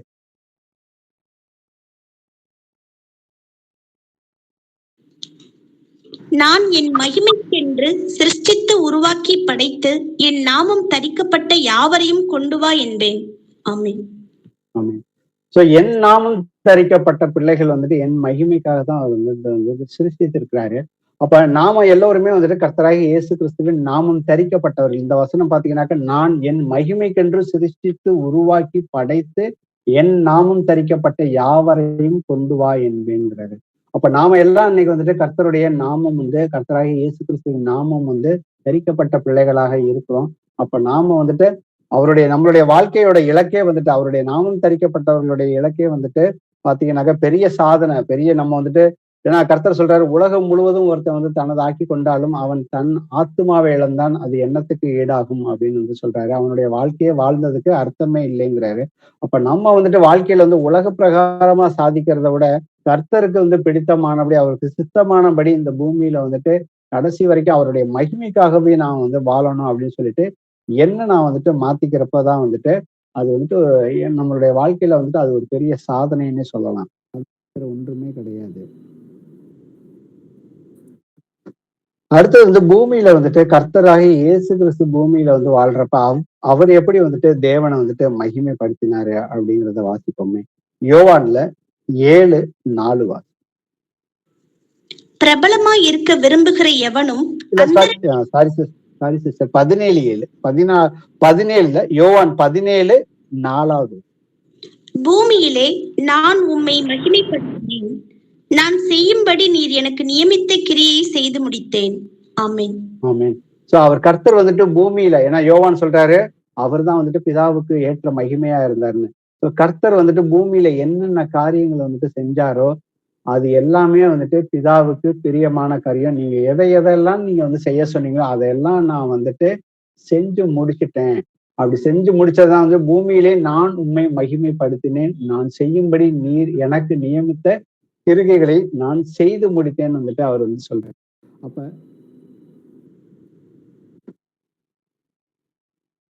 அப்ப நாமும் அதே போலதான் கர்த்தராகி இயேசு கிறிஸ்துவ நாம பூமியில வாழ்றப்ப அதே மாதிரிதான் நாமளும் மகிமைப்படுத்தணும் அப்படிங்கிறது கர்த்தருடைய சித்தமாக இருக்கிறது. சோ நம்ம சிருஷ்டிக்கப்பட்டவர்கள் எல்லோருமே நம்மளுடைய சொந்த நோக்கத்தை மட்டும் நம்ம கவனிச்சுக்கிட்டு இருந்தோம்னா என்னைக்குமே கர்த்தரை மகிமைப்படுத்தவே முடியாது அப்படிங்கிறத நிதானிச்சு பார்க்கணும். ஏன்னா சிருஷ்டிக்கப்பட்டதெல்லாம் நீங்க நல்லா ஏன்னா சிருஷ்டிக்கப்பட்டது எல்லாமே மனிதர்களை தவிர மீதி எல்லா காரியத்தையும் பாத்தீங்கன்னு. ஃபார் எக்ஸாம்பிளுக்கு பறவைகளை பாத்தீங்கன்னா, பறவைகள் பறக்கிறது மூலியமா தேவனை மகிமைப்படுத்துது. சில பறவைகள் கத்துறப்ப அதோட குரல் வளத்தின் மூலியமாக தேவனை மகிமைப்படுத்துது. சில பறவைகள் அது கூடு கட்டுற விதங்களை பாத்தீங்கன்னாக்கா அது தேவனை மகிமைப்படுத்துகிறது. அப்ப அந்த பறவைகள் ஒவ்வொரு இது ஃபார் எக்ஸாம்பிள் ஒவ்வொரு மிருகங்களுக்கும் ஒவ்வொரு சுபாவ தன்மையை கொடுத்திருக்காரு. அந்த சுபாவ தன்மையை மாறி அது எதுவுமே செய்யாது. அப்ப இதுல கடல்ல பாத்தீங்கன்னாக்கா அதுல அங்க வாழ்கின்ற மீன்கள் அது ஒவ்வொன்றுக்கும் ஒவ்வொரு தன்மை இருக்குது. ஒரு மீன் இன்னொரு மீனை சாப்பிடும் தன்மையுடையதா இருக்குது. அப்ப அது எல்லாமே கரெக்டா அதாவது வேலைகளை செய்யறப்ப பாத்தீங்கன்னாக்கா தேவன் என்ன செஞ்சாரோ அதன்படி அது நடக்குது.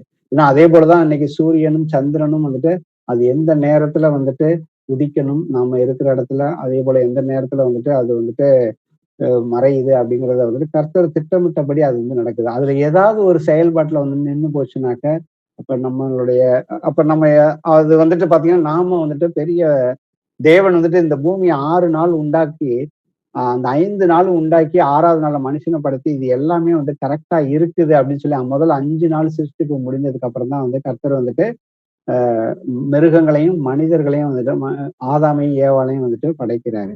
அப்ப இதை நம்ம நிதானிச்சு பார்த்தோம்னாக்க எல்லாமே தேவனுக்கு மகிமையான காரியங்களை தான் செய்யறாங்க. அப்ப மனிதர்களுக்குன்னு அவர் ஆதாமுக்கு கட்டளையை கொடுத்ததே நீ அவர் ஏதேன் தோட்டத்துல வச்சுட்டு நீ இந்த கனியை புசிக்காத, இந்த ஒண்ணுதான் கொடுத்தாரு. ஆனா அவர் ஒரு 4 மரத்தை மட்டும் வச்சுட்டு சொல்லல. அங்க வச்சிருந்தது எப்படியும் ஆயிரக்கணக்கான, குறைஞ்சபட்சம் ஆயிரக்கணக்கான மரங்கள் இருக்கும். அதுல நன்மை தீமை அறியத்தக்க, ஏன்னா அன்பை அவர் ஃப்ரீ வில்ல நமக்கு சுயாதீனத்தை கர்த்தர் மனிதர்கள்ட்ட கொடுத்துட்டாரு. அவர் நம்மளை யாரையுமே ஒரு ரிமோட் மாதிரி அவர் அசைக்கிறத சொன்னபடிதான் கேட்கணும்னு சொல்லி அவர் பின்னாடியே வருகிறவரும் அல்ல. ஏன்னா அன்பு ஆட்டோமேட்டிக்கா ஒருத்தர் மேல ஒருத்தர் அந்த அன்பு வரணும் அப்படிங்கறதுதான் தேவனுடைய சுத்தமா இருந்துச்சு. அதனாலதான் அவர் அந்த கட்டளையை கொடுக்குறாரு. ஆனா அதுக்கப்புறம் ஒரு ஸ்டேஜ்ல ஆதாமும் ஏவாளும் அந்த கட்டளையை மீறப்ப அவங்க தேவனுடைய சாயலை இழந்துடுறாங்க பாவம் செய்யறதுனால.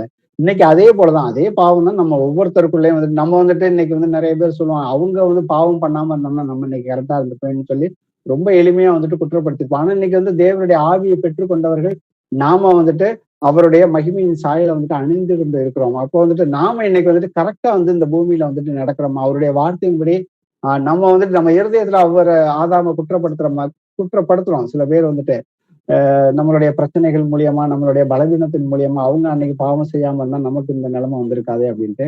அது அப்படி கிடையவே கிடையாது. ஏன்னா கர்த்தர் வந்து எல்லாத்தையுமே வந்து சுயாதீனத்துக்கு தான் கொடுத்திருக்காரு. அதனாலதான் அவருடைய கிருபை. அவரு நமக்கு வந்துட்டு அவருடைய பாவத்தை வந்துட்டு நாம அனுபவிக்க வேண்டிய தண்டனையை வந்துட்டு அவர் முழுமையா வந்துட்டு அவர் வந்து தண்டனையை முழுக்க ஏற்றுக்கிட்டு அவர் நமக்காக வந்துட்டு சிந்தின ரத்தம் வந்துட்டு நாம ஏதாவது பாவம் செய்தோம்னாக்க நம்ம கர்த்தர்ட்ட மனம் திரும்பி போறப்ப அவர் வந்துட்டு நம்மளுடைய எல்லா பாவங்களையும் மன்னித்து நம்ம சொந்த பிள்ளையா வந்துட்டு அவர் வந்து நடத்துறாரு. அப்போ வந்துட்டு நம்மளுடைய எல்லா நடக்கைகளையும் வந்துட்டு அவர் வந்துட்டு மகிமைப்படுத்துகிறோமா அப்படிங்கிறத வந்துட்டு நாம வந்துட்டு சிந்திச்சு பார்க்கணும்.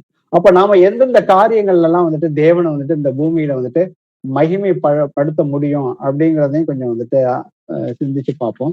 சோ முதல் காரியமா பாத்தீங்கன்னாக்கா தேவனை வந்துட்டு ஆராதிக்கிறது மூலியமா வந்துட்டு அவரை வந்துட்டு மகிமைப்படுத்தலாம். நான் அவருடைய ஆவியை பெற்றுக்கொண்டவர்கள் எப்படி ஆராதனை செய்யணும் அப்படிங்கிறதையும் வந்துட்டு பார்ப்போம். ரோமர்ல 12:1 வாசிப்போம். அப்படி இருக்க சகோதரரே, நீங்கள் உங்கள் சரீரங்களை பரிசுத்தமும் தேவனுக்கு பிரியமுமான ஜீவ பலியாக ஒப்பு கொடுக்க வேண்டுமென்று தேவனுடைய இரக்கங்களை முன்னிட்டு உங்களை வேண்டிக் கொள்ளுகிறேன். இதுவே நீங்கள் செய்யத்தக்க புத்தியுள்ள ஆராதனை. ஆமென். ஆமென். இததான் வந்துட்டு இதே இந்த இந்த வசனத்தை தான் இன்னொரு இடத்துல கர்த்தர் சொல்றாரு, நான் பரிசுத்தர், நீங்கள் உங்கள் எல்லா நடக்கைகளும். இப்ப நம்மளுடைய எல்லா நடக்கைகளும் வந்துட்டு நம்மளுடைய சரீரங்கள் மூலியமா தான். நம்ம சரீரத்துல நம்மளுடைய நாம வந்துட்டு முதல்ல வந்து சிந்தனை நமக்கு வருது. அந்த சிந்தனை தான் வந்துட்டு செயல்பாடா மாறுது. அப்ப அந்த செயல்பாடா மாறுறப்ப அந்த காரியம் வந்துட்டு தேவனுக்கு பிடித்தமான காரியமா இல்லையா அப்படிங்கிறத வந்துட்டு நாம எப்படி வந்துட்டு முடிவு செய்ய முடியும்னாக்க 2 கொரிந்தியர்ல 10வது அதிகாரத்துல 5வது வசனத்தை வாசிப்போம். அவைகளால் நாங்கள் தேவனை அறிகிற அறிவுக்கு விரோதமாய் எழும்புகிற எல்லா மேட்டிமையையும் நிர்மூலமாக்கி எந்த எண்ணத்தையும் கிறிஸ்துவுக்கு கீழ்ப்படிய சிறைப்படுத்துகிறவர்களா இருக்கிறோம். எந்த எண்ணத்தையுமே, ஏன்னா நமக்கு வந்து எண்ண ஓட்டங்கள் வந்துட்டு நமக்கு வந்து தூங்குற நேரத்தை தவிர மீதி எல்லா நேரத்திலயுமே வந்துட்டு எண்ணங்கள் வந்து கொண்டே இருக்கும் கண்டினியூஸா. அதை வந்துட்டு நம்மளால யாராலையுமே வந்துட்டு நிறுத்தவே முடியாது. அப்ப அந்த எண்ணங்கள் எல்லாம் வந்துட்டு நமக்கு வந்துட்டு நல்ல எண்ணங்களா இருக்கலாம், கெட்ட எண்ணங்களா இருக்கலாம், இல்ல பழைய நினைவுகள் எல்லாம் ஏகப்பட்ட விஷயங்கள் வந்து போய்கிட்டே இருக்கும். ஆனா அது எல்லாம் வரதான் செய்யும். ஆனா அந்த எல்லா எண்ணத்தையுமே வந்துட்டு கிறிஸ்துவுக்கு சிறைப்படுத்துகிறவர்களாக இருக்கணும்னு வந்து கர்த்தர் வந்து சொல்றாரு. அடுத்தது 6வது வசனத்துல வாசிக்கணும்னா உங்கள் கீழ்ப்படுத்து. நம்ம வந்துட்டு நமக்கு வர எண்ணங்கள் வந்துட்டு அதை தான் வந்துட்டு அடுத்தது வந்து செயல்பாடா மாறப்போகுது. அதனாலதான் கர்த்தர் வந்துட்டு முதல்ல பூமிக்கு வந்துட்டு அவர் வந்து சுவிசேஷத்தை சொல்றப்ப வந்துட்டு தேவனுடைய ராஜ்யம் வந்து சமீபமாக இருக்கிறது, நீங்கள் வந்து மனம் திரும்புங்கள்னு சொல்றாரு. அப்ப மனம் திரும்புங்கிற காரியம் வந்துட்டு நம்ம வந்துட்டு பாவம் செஞ்சுட்டு போய் மன்னிப்பு கேட்கறது மட்டும் கிடையாது, நம்ம சிந்திக்கிற விதத்தையே வந்துட்டு நீங்க வந்துட்டு மாற்றணும் அப்படிங்கிறாரு. ஏன்னா உங்கள் கீழ்ப்படிதல் நிறைவேறும் பொழுது எல்லா கீழ்ப்படியாமைக்கு தக்க நீதி உள்ள தண்டனை செலுத்த ஆயத்தமாக இருக்கிறோம் அப்படிங்கிறாரு. அப்ப நமக்கு வர எண்ணங்கள் எல்லாம் வந்துட்டு தேவனுக்கு கிறிஸ்துவுக்கு சிறைப்படுத்தணும் அப்படிங்கிறப்ப பாத்தீங்கன்னாக்க நாம வந்து மறுபடியும் வந்துட்டு அவருடைய ஆவியை பெற்றுக்கொண்டவர்கள், இயேசு கிறிஸ்துவுக்கு நாமத்தினால ஞானஸ்தானம் எடுத்துக்கொண்டவர்கள் எல்லோருமே வந்துட்டு அவருடைய சத்திய வசனத்தினாலே நாம வந்துட்டு ஜெனிப்பிக்கப்பட்டிருக்கோம்னு சொல்லி யாக்கோபையும் பேதுகளையும் நம்ம வந்துட்டு வாசிக்கிறோம். அப்ப பாத்தீங்கன்னா நம்ம வந்துட்டு அவருடைய வசனத்தை வந்துட்டு வாஞ்சையோட நாம வந்து படிச்சுக்கிட்டு நமக்கு வந்து வர எண்ணங்களை வந்துட்டு அந்த வசனங்களோட வந்துட்டு தேவனுக்கு சித்தமான ஒரு செயல்படுத்த போறோம்னாக்க அதுக்கு அவருக்கு பிடித்தமான காரியமான்னு நம்ம வந்துட்டு நிதானித்து பகுத்து ஆராய்ஞ்சுக்கிட்டு நாம வந்துட்டு ஒவ்வொரு காரியத்தையும் நாம வந்துட்டு தேவன்கிட்ட ஒப்பு கொடுத்து செய்யறப்ப பாத்தீங்கன்னாக்க நாம வந்துட்டு பாவத்துல விழாமையும் வந்துட்டு இந்த பூமியில வந்துட்டு நடந்து செல்ல முடியும். அதனாலதான் வந்து கர்த்தர் வந்து வெளிப்படுத்தின விசேஷத்துல கடைசியில சொல்றாரு, பரிசுத்தமாக இருக்கிறவன் மேலும் பரிசுத்தமாக இருக்கட்டும், நீதி செய்கிறவன் மேலும் நீதி செய்யட்டும் அப்படின்னு இந்த கர்த்தர் வந்து சொல்றாரு. சோ அதெல்லாம் எப்படி வந்து சாத்தியமாகும் அப்படின்னு பாத்தீங்கன்னாக்க உங்களுடைய, ஏன்னா ரோமர் 12:1 சொல்லுது, தேவனுக்கு பெரிய நீங்கள் உங்கள் சரீரங்களை பரிசுத்தமும் தேவனுக்கு பிரியமான ஜீவ பலியாக ஒப்பு கொடுக்க வேண்டும் என்று தேவனுடைய இரக்கங்களை முன்னிட்டு உங்களை வேண்டிக் கொள்கிறேன். இதுவே நீங்கள் செய்யத்தக்க புத்தியுள்ள ஆராதனை. நான் வந்துட்டு தேவனை வந்து கர்த்தராகி இயேசு கிறிஸ்துவை நான் வந்து பூமியில மகிமைப்படுத்தணும்னாக்க ஸோ இதை தான் நாம வந்து முதல் ஸ்டெப்பா பண்ணணும். ஸோ இதே மாதிரி இன்னொரு ஒத்த வசனம் வந்து ரோமர் 6:13 வாசிக்கும். நீங்கள் உங்கள் அவயவங்களை அநீதியின் ஆயுதங்களாக பாவத்திற்கு ஒப்புக்கொடாமல் உங்களை மரித்தோரிலிருந்து பிழைத்திருக்கிறவர்களாக தேவனுக்கு ஒப்பு கொடுத்து உங்கள் அவயவங்களை நீதிக்குரிய ஆயுதங்களாக தேவனுக்கு ஒப்பு கொடுங்கள். ஆமென். ஆமென். ஸோ நம்மளுடைய கண்ணு, கை, கால், கை எல்லாத்தையுமே வந்துட்டு, ஏன்னா இதன் மூலியமா தான் நம்ம வந்துட்டு ஒவ்வொரு காரியங்களையும் வந்துட்டு நாம வந்துட்டு செய்ய போறோம். அப்ப எல்லாத்தையுமே வந்துட்டு அநீதிக்கு வந்துட்டு நம்ம வந்து ஒப்பு கொடுக்கறதுக்கு பதிலா வந்துட்டு இனிமே வந்துட்டு, அதனாலதான் நம்மள வந்துட்டு பழைய மனுஷன் வந்து ஒளிந்து போயிட்டான்னு வந்து நாம வந்து புதிய சிருஷ்டியா வந்துட்டு மாறிட்டோம், நீங்க மாறிட்டீங்கன்னு வந்து கர்த்தர் சொல்றாரு. அது எப்ப முடியும்னாக்கா அவருடைய வசனத்துக்கு நாம வந்துட்டு கீழ்படுகிறப்பதான். நமக்கு அதுல வந்து எல்லா வசனத்துக்குமே நம்மளால வந்துட்டு கீழ்ப்படிய முடியாது. ஏன்னா ஒவ்வொருத்தருக்கும் ஒவ்வொரு பலவீனங்கள் இருக்கலாம். ஆனா அந்த பலவீனங்களை வந்துட்டு நம்ம வந்துட்டு கர்த்தர்கிட்ட போய் சொல்றதுக்கு ரெடியாக இருக்கிறோமா? அப்படிதான். ஆண்டவரே, நான் வந்து இந்த பாவம் செஞ்சுட்டேன், என்னை மன்னிச்சிருங்க அப்படின்னு சொல்லிட்டு திருப்பி வந்துட்டு சில நேரத்துல வந்துட்டு அதே பாவத்தை திருப்பி திருப்பி செய்யறோம். ஆனா அந்த பாவத்தை செய்யறதே எனக்கு வந்து பலவீனமாக இருக்குது அப்படின்னு சொல்லிட்டு நாம வந்துட்டு எல்லா காரியத்தையும், ஏன்னா வந்துட்டு அவர் வந்துட்டு மத்தேயுல 11வது அதிகாரத்துல பாத்தீங்கன்னா, நீங்க வந்து எல்லாவற்றையும் என்கிட்ட வந்து கொடுங்க, நான் வந்து சாந்தமும் மனத்தாழ்மையாக இருக்கிறேன், உங்க சுமைகளை எல்லாம் என்கிட்ட கொடுத்துருக்கேங்கிறாரு. அது போல வந்துட்டு நாம வந்துட்டு நம்மளுடைய பலவீனங்களையும் வந்துட்டு கர்த்தர்ட்ட வந்துட்டு அறிக்கையிட்டு ஏசப்பா கிட்ட வந்துட்டு, ஏன்னா வந்துட்டு தன்னை வந்து விசுவசிக்கிறவங்க, ஏன்னா வாசிப்போமே எபிரேயர்ல 11:6 வாசி. விசுவாசம் இல்லாமல் தேவனுக்கு பிரியமாய் இருப்பது கூடாத காரியம். ஏனென்றால் தேவனிடத்தில் சேருகிறவன் அவர் உண்டென்றும் அவர் தம்மை தேடுகிறவர்களுக்கு பலன் அளிக்கிறவர் என்றும் விசுவாசிக்க வேண்டும். ஆமென். சோ அவர் வந்து நம்ம வந்து தேவன் மேல விசுவாசமா இருக்கிறோம். நம்ம ஏதாவது ஒரு காரியத்தை கர்த்தர்ட்ட போய் எடுத்து அவர்கிட்ட போய் சொன்னோம்னா கண்டிப்பா வந்துட்டு இது எனக்கு நடக்கும்னு சொல்லி முதல்ல விசுவாசிச்சதுக்கு அப்புறம் தான் வந்துட்டு நம்ம ஜெபத்தையே போய் அந்த ஜெபத்தை ஏறெடுத்து வைக்கணும். இந்த வசனம் அப்படித்தான் சொல்லுது. ஏன்னா விசுவாசம் இல்லாமல் தேவனுக்கு பிரியமாய் இருப்பது கூடாத காரியம். ஏன்னா அவரிடத்தில் சேருகிறவன் அவர் தம்மை தேடுகிறவருக்கு பலன். இவர்கிட்ட போய் சொன்னா, ஏசப்பா கிட்ட சொன்னா எல்லாமே வந்துட்டு செய்வாரு. அவருடைய நாமத்தினால நான் எதை கேட்டாலும் எங்க அப்பா கிட்ட கேட்டா அவர் கண்டிப்பா எனக்கு செய்வாரு. எனக்கு இது செஞ்சுட்டாருன்னு சொல்லிதான் நான் போய் ஜெபத்துல போய் அவர்கிட்ட போய் வந்துட்டு கேட்கணுங்கிறதா அந்த வசனத்தோட இது அர்த்தமாவே இருக்குது. அப்ப நாம வந்துட்டு, ஏன்னா நம்ம வந்துட்டு ஒரு ஏதோ கேட்கணுமே, இதெல்லாம் சொல்லி கொடுத்துருக்காங்களே அப்படிங்கிற ஒரு கட்டாயத்துல வந்து கேட்கறதோ ஒண்ணு இருக்குது. ஆனா வந்துட்டு நம்மளுடைய உள்ளத்தை தான் அவர் வந்து ஆராய்ச்சி பண்ணி பார்க்கிறாரு. நமக்கு எந்த அளவுக்கு வந்துட்டு நாம வந்துட்டு அவருடைய வார்த்தையின் மேல வந்துட்டு விசுவாசம் வச்சு அந்த வார்த்தையை வச்சுதான். ஏன்னா வந்துட்டு யோவான் 15:7 என்ன சொல்லுது, நீங்கள் என்னிலும் என் வார்த்தைகள் உங்களிலும் நிலைத்து இருந்தால் நீங்கள் எதெல்லாம் கேட்கிறீங்களோ அதெல்லாம் வந்துட்டு செய்து கொடுக்கப்படும் வந்துட்டு கர்த்தர் வந்து சொல்லியிருக்கிறாரு. அப்போ முதல் காரியம் வந்துட்டு அவரை வந்துட்டு நாம வந்துட்டு நம்மளுடைய சரீரத்தினால நம்மளுடைய எல்லா நடக்கைகள்னாலும் வந்து நம்ம வந்துட்டு பூமியில வந்துட்டு ஆராதிக்கணும்னு சொல்லியிருக்காரு. சோ அதே போல 2வது காரியம் வந்து அவருக்கு மகிமை செலுத்துற காரியம்னு பாத்தீங்கன்னாக்கா நாம வந்துட்டு ஏன்னா நாம எல்லோருமே வந்துட்டு பாத்தீங்கன்னா மறுபடியும் வந்துட்டு பிறக்கிறது, நம்ம வந்து மறுபடியும் வந்து நம்ம வந்துட்டு மறுபடியும் பிறவாவிட்டால் தேவனுடைய ராஜ்யத்துக்குள் பிரவேசிக்க மாட்டீங்கன்னு சொல்லியிருக்காங்க. இந்த தேவனுடைய ராஜ்யம்ங்கிறது வந்துட்டு தேவனுடைய குடும்பத்துக்குள்ள வந்துட்டு நாம வந்துட்டு, ஏன்னா அவருடைய சபையாகிய அவருடைய சரீரம் தான் வந்துட்டு சபை. அந்த சபையில வந்துட்டு நாம வந்துட்டு ஒரு அவயமா இருக்கிறோம். அப்ப நாம ஒரு அவயமா இருக்கிறோம்னாக்க அப்ப அங்க சரீரத்துக்குள்ள அநேக அவயங்கள் இருக்கு.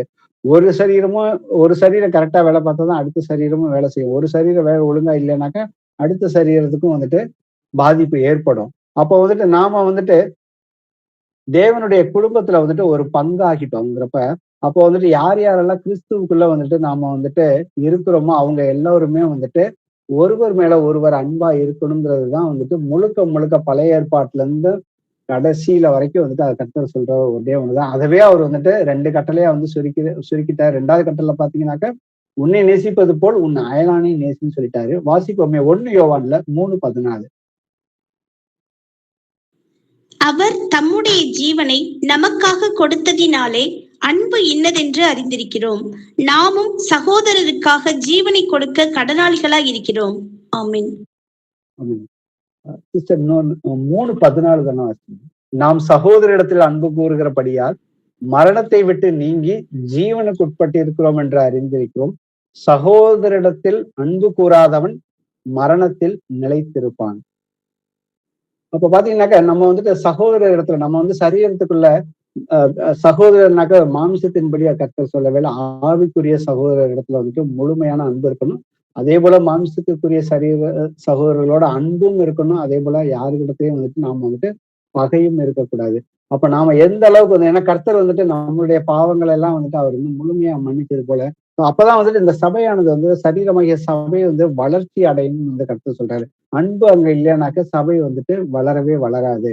அது அநேக வந்துட்டு நமக்கு நம்ம வந்துட்டு நம்ம அனுபவத்திலேயே அதை வந்து பார்க்க முடியும். நாம இருக்கிற சபைகள்லயோ நம்ம நம்ம வந்துட்டு இன்னைக்கு ஐக்கியத்துல இருக்கிறப்ப வந்துட்டு அந்த சபை வளருகிறதா வளரலையா அப்படிங்கிறத நம்ம வந்து நிதானிச்சு பார்த்தோம்னா, ஏதாவது ஓகே நம்ம வளர்ந்துச்சுன்னா அது வந்து அது எதனால வளர்ந்துருக்கு, கர்த்தருடைய வசனத்தினால அந்த அன்பு அங்க வந்து முழுமையா பூரணப்பட்டிருக்கிறதுனால வந்துட்டு சபையோட வளர்ச்சி வந்து அதிகமாக இருக்கும். சபையோட வளர்ச்சிங்கிறது வந்துட்டு பிதாவைய தேவனுக்கு, கர்த்தராகிய இயேசு கிறிஸ்துவுக்கு பிரியமான காரியங்கள் எல்லாமே, புதிய ஆத்துமாக்களாகட்டும், அங்க அற்புதங்கள், அடையாளங்கள், அதுக்கப்புறம் வந்துட்டு ஒருத்தருக்கு ஒருத்தர் உதவி செய்கிற காரியங்களா இருக்கும், ஒருத்தருக்கு ஒருத்தர் வந்து ஜெபம் பண்ற காரியங்களையும் வந்துட்டு எல்லாத்துலயுமே வந்துட்டு அந்த இடத்துல வந்துட்டு ஒரு மனம் இருக்கும். ஏன்னா வந்து கர்த்தர் கொடுத்திருக்கிறது வந்து ஒரே ஆவிதான். அந்த ஒரே ஆவிக்குள்ள வந்துட்டு கர்த்தர் வந்துட்டு ஒரே ஒரு மனத்தை தான் வந்து கர்த்தர் கொடுப்பாரு. அந்த ஒரு மனம் இருக்கிறப்ப பாத்தீங்கன்னா அந்த அந்த சரீரமானது வந்துட்டு வளர்ச்சி அடைஞ்சுக்கிட்டே தான் போகும். அது வந்து என்றைக்குமே வந்துட்டு தேக்கமடையாது. ரோமர் 15:7 வாசிப்போம். ஆதலால் தேவனுக்கு மகிமை உண்டாக கிறிஸ்து நம்மை ஏற்றுக்கொண்டது போல நீங்களும் ஒருவரை ஒருவர் ஏற்றுக்கொள்ளுங்கள். ஆமென். ஆமென். சோ நாம வந்து மற்ற சகோதரர்களோட வந்துட்டு அன்பாகவே இருந்தோம்னாக்க, சோ கண்டிப்பா வந்துட்டு அது வந்துட்டு தேவனை வந்துட்டு மகிமைப்படுத்துகிற காரியமாக தான் இருக்குது அப்படிங்கிறத நிதானிச்சு பார்ப்போம். அடுத்தது வந்துட்டு பூமியில வந்துட்டு நாம வந்துட்டு வேற எந்த விதத்துல தேவனுக்கு மகிமை செலுத்த முடியும் அப்படின்னு பாத்தீங்கன்னாக்க, இயேசு கிறிஸ்து பூமியில எப்படி இருந்தாரோ அதே போல நாம எல்லோருமே மாறுவதன் மூலமாக நாம வந்துட்டு தேவனுக்கு வந்துட்டு முழு மகிமை வந்துட்டு செலுத்த முடியும்னு சொல்லியிருக்கிறாங்க. வாசிப்போமே 1 யோவான்ல 2:6. அவருக்குள் நிலைத்திருக்கிறேன் என்று சொல்லுகிறவன் அவர் நடந்தபடியே தானும் நடக்க வேண்டும். ஆமென். ஆமென். சோ அவருக்குள் நான் வந்து கர்த்தராய் இயேசு கிறிஸ்து எனக்குள்ள இருக்கிறார், அவருடைய ஆவியை நான் பெற்றுக்கொண்டேன் அப்படின்னு நம்ம வந்துட்டு சொல்லிட்டு நாம அமைதியா ஒரு வீட்டுக்குள்ள இருந்துட்டு நம்ம வேலை உண்டு அப்படின்னு நம்ம வந்துட்டு நம்ம வேலையை மட்டும் பார்த்துக்கிட்டே இருந்தோம்னாக்க அது வந்துட்டு அவருடைய ஆவியை பெற்றுக்கொண்டு, ஏன்னா நாளைக்கு கணக்கு கேட்க போறாரு. அப்ப நான் வந்துட்டு என்னுடைய மகிமைக்கு புகழ்ச்சியா என்னுடைய மகிமையை நான் உனக்கு கொடுக்குறேன்னு சொன்னேன், நீ வந்து அதற்கு வந்துட்டு பூமியில நீ என்ன பண்ணினு கேட்கிறப்ப, ஆண்டவரே எனக்கு நிறைய பிரச்சனைகள் இருந்துச்சு, நான் என் வேலையை என்னுடைய பிரச்சனைகளை சந்திக்கிறதுக்கே எனக்கு நேரம் சரியா இருந்துச்சுன்னு சாக்கு போக்கு சொல்றதுக்கு வந்துட்டு யாருக்குமே வந்துட்டு வாய்ப்பு கிடையாது.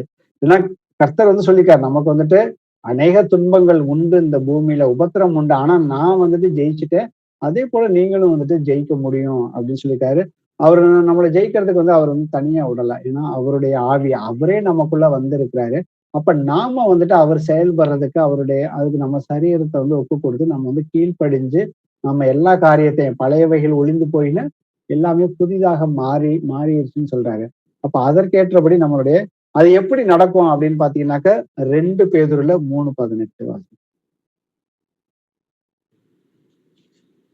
நம்முடைய கர்த்தரும் இரட்சகருமாகிய இயேசு கிறிஸ்துவின் கிருபையினாலும் அவரை அறிகிற அறிவிலும் வளருங்கள்.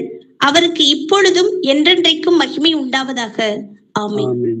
நான் வந்து பூமியில வந்து கர்த்தராகிய இயேசு கிறிஸ்து எப்படி நடந்துகிட்டாரோ அதே போல நானும் நடக்கணும்னாக்க அவரை முதல்ல வந்துட்டு அவரை அறிகிற அறிவுல வந்துட்டு வளரணுங்கிறதுதான் வந்து தேவனுடைய சித்தம். சோ எனக்கு இவ்வளவுதான அன்பு, எனக்கு முழு பைபிள் நான் 4 தடவை வாசிட்டேன், எனக்கு எல்லாமே தெரியும், இதுக்கு மேல என்ன இருக்கு அப்படிங்கிறது வந்துட்டு யாருமே சொல்ல முடியாது. ஏன்னா கர்த்தருக்கு வந்துட்டு கிருபையின் மேல கிருபை தான். நாம எந்த அளவுக்கு கீழ்ப்படுகிறோமோ, நமக்கு தெரிஞ்ச எல்லா வசனத்துக்குமே இன்ன வரைக்கும் யாரும் வந்து கீழ்ப்படிச்சிருக்க மாட்டோம்.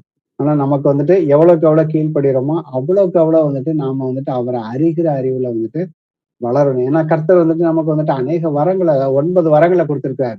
அந்த 9 வரங்களை ஒருத்தருக்கு ஒரு வாரம் வேலை செஞ்சாக்கா அடுத்தது அந்த ஒரு வாரம் அந்த வேலை செய்கிற அந்த ஒரு வாரத்தை வச்சு கர்த்தர்ட்ட அடுத்த வாரத்தை கொடுங்கன்னு சொல்லி நம்ம வந்துட்டு கர்த்தர்ட்ட வந்துட்டு பிரியத்தோட வாஞ்சையோட கேட்கிறப்ப, ஏன்னா வந்துட்டு அது வந்து சபையோட பக்தி வளர்ச்சிக்கும் நம்மளுடைய ஆவிக்குரிய வளர்ச்சிக்கும் அது வந்து உறுதுணையா இருக்குது. இது எல்லாமே வந்து எதுக்குனாக்கா ஒன்னும் அவரை வந்து மகிமை செலுத்துறோம், அதுக்கு மேல வந்துட்டு நாம வந்து அவரை ஏற்றுக்கொண்டதுக்கு அப்புறம் வந்துட்டு விசுவாசத்துல வந்து கடைசி வரைக்கும் வந்து உறுதியா வந்து நிக்கிறதுக்கு வந்துட்டு அது வந்து நமக்கு வந்துட்டு நம்மளுடைய எல்லா காரியங்கள்லயும் சரி அதுல வந்து நமக்கு வந்து மகிமை செலுத்தக்கூடிய காரியங்களா நம்ம செய்யறப்ப வந்துட்டு நம்மளுடைய வளர்ச்சியை வந்துட்டு மத்தவங்க பார்த்துட்டு நமக்கு வந்து சொல்லுவாங்க, சாட்சி கொடுப்பாங்க. பிலிப்பியர்ல 1வது அதிகாரத்துல 10, 11, 12 வாசிப்போம். தேவனுக்கு மகிமையும் துதியும் உண்டாகும்படி இயேசு கிறிஸ்துவினால் வருகிற நீதியின் கனிகளால் நிறைந்தவர்களாகி நீங்கள் கிறிஸ்துவின் நாளுக்கென்று துப்புரவானவர்களும் இடரலற்றவர்களுமாய் இருக்கவும் வேண்டுதல் செய்கிறேன். சகோதரரே, எனக்கு சம்பவித்தவைகள் சுவிசேஷம் பிரபலமாகும்படிக்கு ஏதுவாயிற்றென்று நீங்கள் அறிய மனதாய் இருக்கிறேன். ஆமென். ஆமென். கர்த்தரை வந்துட்டு நம்ம வந்துட்டு அவருக்கு எப்ப வந்துட்டு மகிமை வரும்னாக்க, அவருடைய இயேசு கிறிஸ்துவினால் வருகிற கர்த்தராய் இயேசு கிறிஸ்துவின் நாமத்தினால ஞானஸ்தானம் பெற்றவர்களுக்குள்ள வந்துட்டு அவருடைய நீதியின் கனிகளால் நிறைந்தவர்களாகின்னு சொல்லியிருக்கிறாரு. அவர் சொல்றது வந்துட்டு அந்த ஆவியின் கனி தான். கர்த்தர் எப்பொழுதுமே வந்துட்டு அவர் வந்துட்டு அன்பு, சந்தோஷம், சமாதானம், நீடிய பொறுமை, தயவு, நற்குணம், விசுவாசம், சாந்தம், இவருடைய குணாதிசயங்கள் இந்த 8 கனிகள் தான். இந்த இச்சை அடக்கங்கிறது வந்துட்டு அது மனிதர்களாகிய நமக்கு மட்டும்தான். சோ அந்த இச்சை அடக்கத்தை நாம வந்துட்டு ஜெயிக்கணும்னாக்க, சோ எப்பொழுதுமே வந்துட்டு இந்த மீதி 9 கனிகள்ல மீதி 8 கனிகள்ல நம்ம சரியா நடக்கிறப்ப ஆட்டோமேட்டிக்கா அந்த 9வது கனி வந்துட்டு நமக்கு அறியாமலே வந்துட்டு எது எதுல எல்லாம் இச்சை அடக்கம் இல்லாம இருக்குமோ அதுல எல்லாத்தையும் கர்த்தர் வந்துட்டு நிறைய ஒரு மாற்றங்களை வந்துட்டு கர்த்தர் வந்து கண்டிப்பா கொண்டு வருவார். சோ நாம வந்துட்டு இந்த பூமியில வந்துட்டு கர்த்தரை போல இயேசு கிறிஸ்துவ போல இருக்கணும்னாக்க இந்த காரியங்கள்ல வந்துட்டு நாம வந்துட்டு முழு முழு ஆர்வத்தோட விசுவாசம் ஒண்ணு அதை வந்துட்டு அந்த விசுவாசத்தை வந்துட்டு விசுவாசம் இருக்கு, ஆனா அதை வந்துட்டு செயல்பாட்டுல கிரிகைகள் மூலியமா கொண்டு வர்றது மூலியமா தான் வந்துட்டு நாம வந்துட்டு கர்த்தரை வந்துட்டு மகிமைப்படுத்த முடியும்.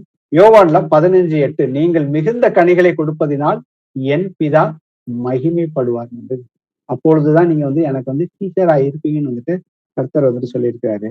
அப்ப நாம எந்த அளவுக்கு வந்துட்டு கனிகளை கொடுக்குறோமோ இந்த பூமியில வந்துட்டு நாம வந்துட்டு கர்த்தராகி இயேசு கிறிஸ்துவ வந்துட்டு நாம வந்துட்டு பூமியில வந்து பிரதிபலிக்கிறோம். ஏன்னா அவர் வந்து சொன்ன வசனங்கள் வந்துட்டு அது அவர் வந்து அன்னைக்கு சொன்ன வசனம், நீங்க வந்து உப்பாவும் ஒளியாவும் இந்த பூமிக்கு இருக்கிறீங்க அப்படிங்கிறப்ப வந்துட்டு நாம எந்த அளவுக்கு வந்துட்டு கனி கொடுக்குறோமோ அனுதினமும் அந்த அளவுக்கு அந்த வசனங்கள் வந்துட்டு நிறைவேறுதல் வந்து நமக்குள்ள வந்துட்டு நடந்து கொண்டு இருக்கிறத வந்துட்டு, ஏன்னா இது வந்துட்டு லைஃப் லாங் ப்ராசஸ் தான். நம்ம வந்துட்டு கர்த்தரை வந்து வர வரைக்கும் சரி, இல்லைனாக்கா நாம மறிக்கிறது வரைக்கும் வந்துட்டு நாம வந்துட்டு கனி கொடுக்குற பிள்ளைகளாக இருக்கிறதுக்கு மட்டும்தான் அவர் வந்து அழைச்சிருக்கிறாரு. வேற எதுக்குமே வந்து அழைக்கல.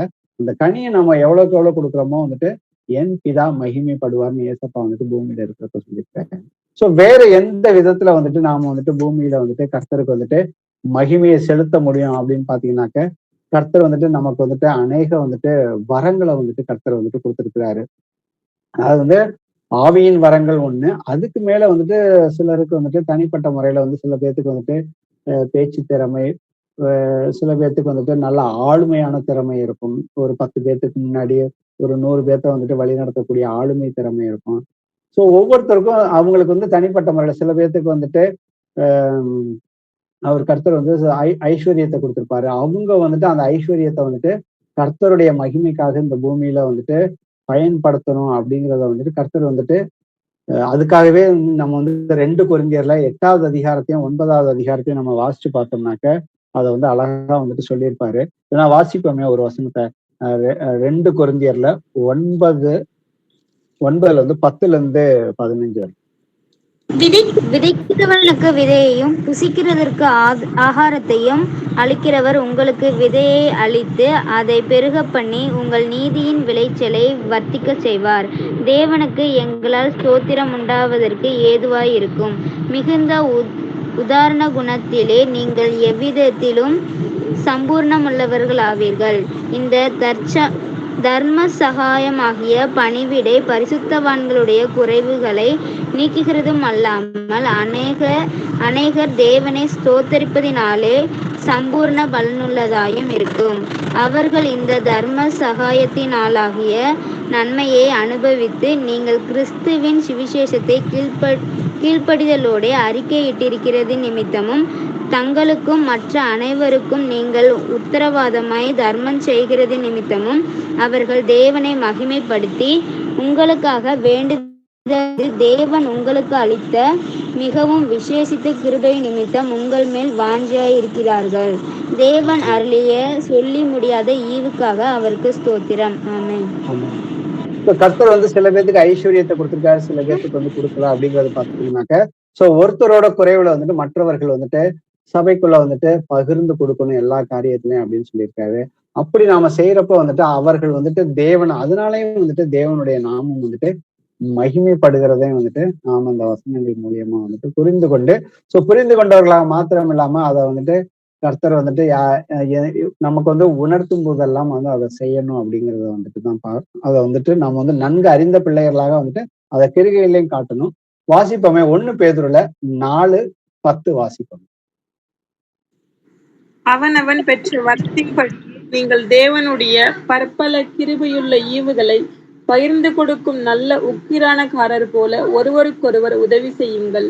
ஆமென். ஆமென். சோ நாம எல்லாருமே விசுவாசத்தின் அவருடைய தேவனுடைய பிள்ளையாக இருக்கிற ஒவ்வொருவருமே வந்துட்டு உக்கிரானக்காரன். ஏன்னா தேவன் இந்த உக்கிரானக்காரன்னு சொல்லிட்டு ஒரு ஓமையில சொல்லியிருப்பார்ல, தேவனுடைய ராஜ்யம் வந்துட்டு கணக்கு பாக்குறப்ப வந்துட்டு எப்படி தன் ஊழியக்காரத்துல கணக்கு பார்த்ததுன்னு சொல்லிட்டு, அப்ப அதே போலதான் தேவன் வந்து நம்ம ஒவ்வொருத்தருக்குமே வந்துட்டு ஒவ்வொரு வரத்தை வந்துட்டு கொடுத்திருப்பாரு. அது வந்துட்டு ஐஸ்வர்யம் மட்டும் கிடையாது, இன்னும் அநேக வரங்கள் இருக்குது.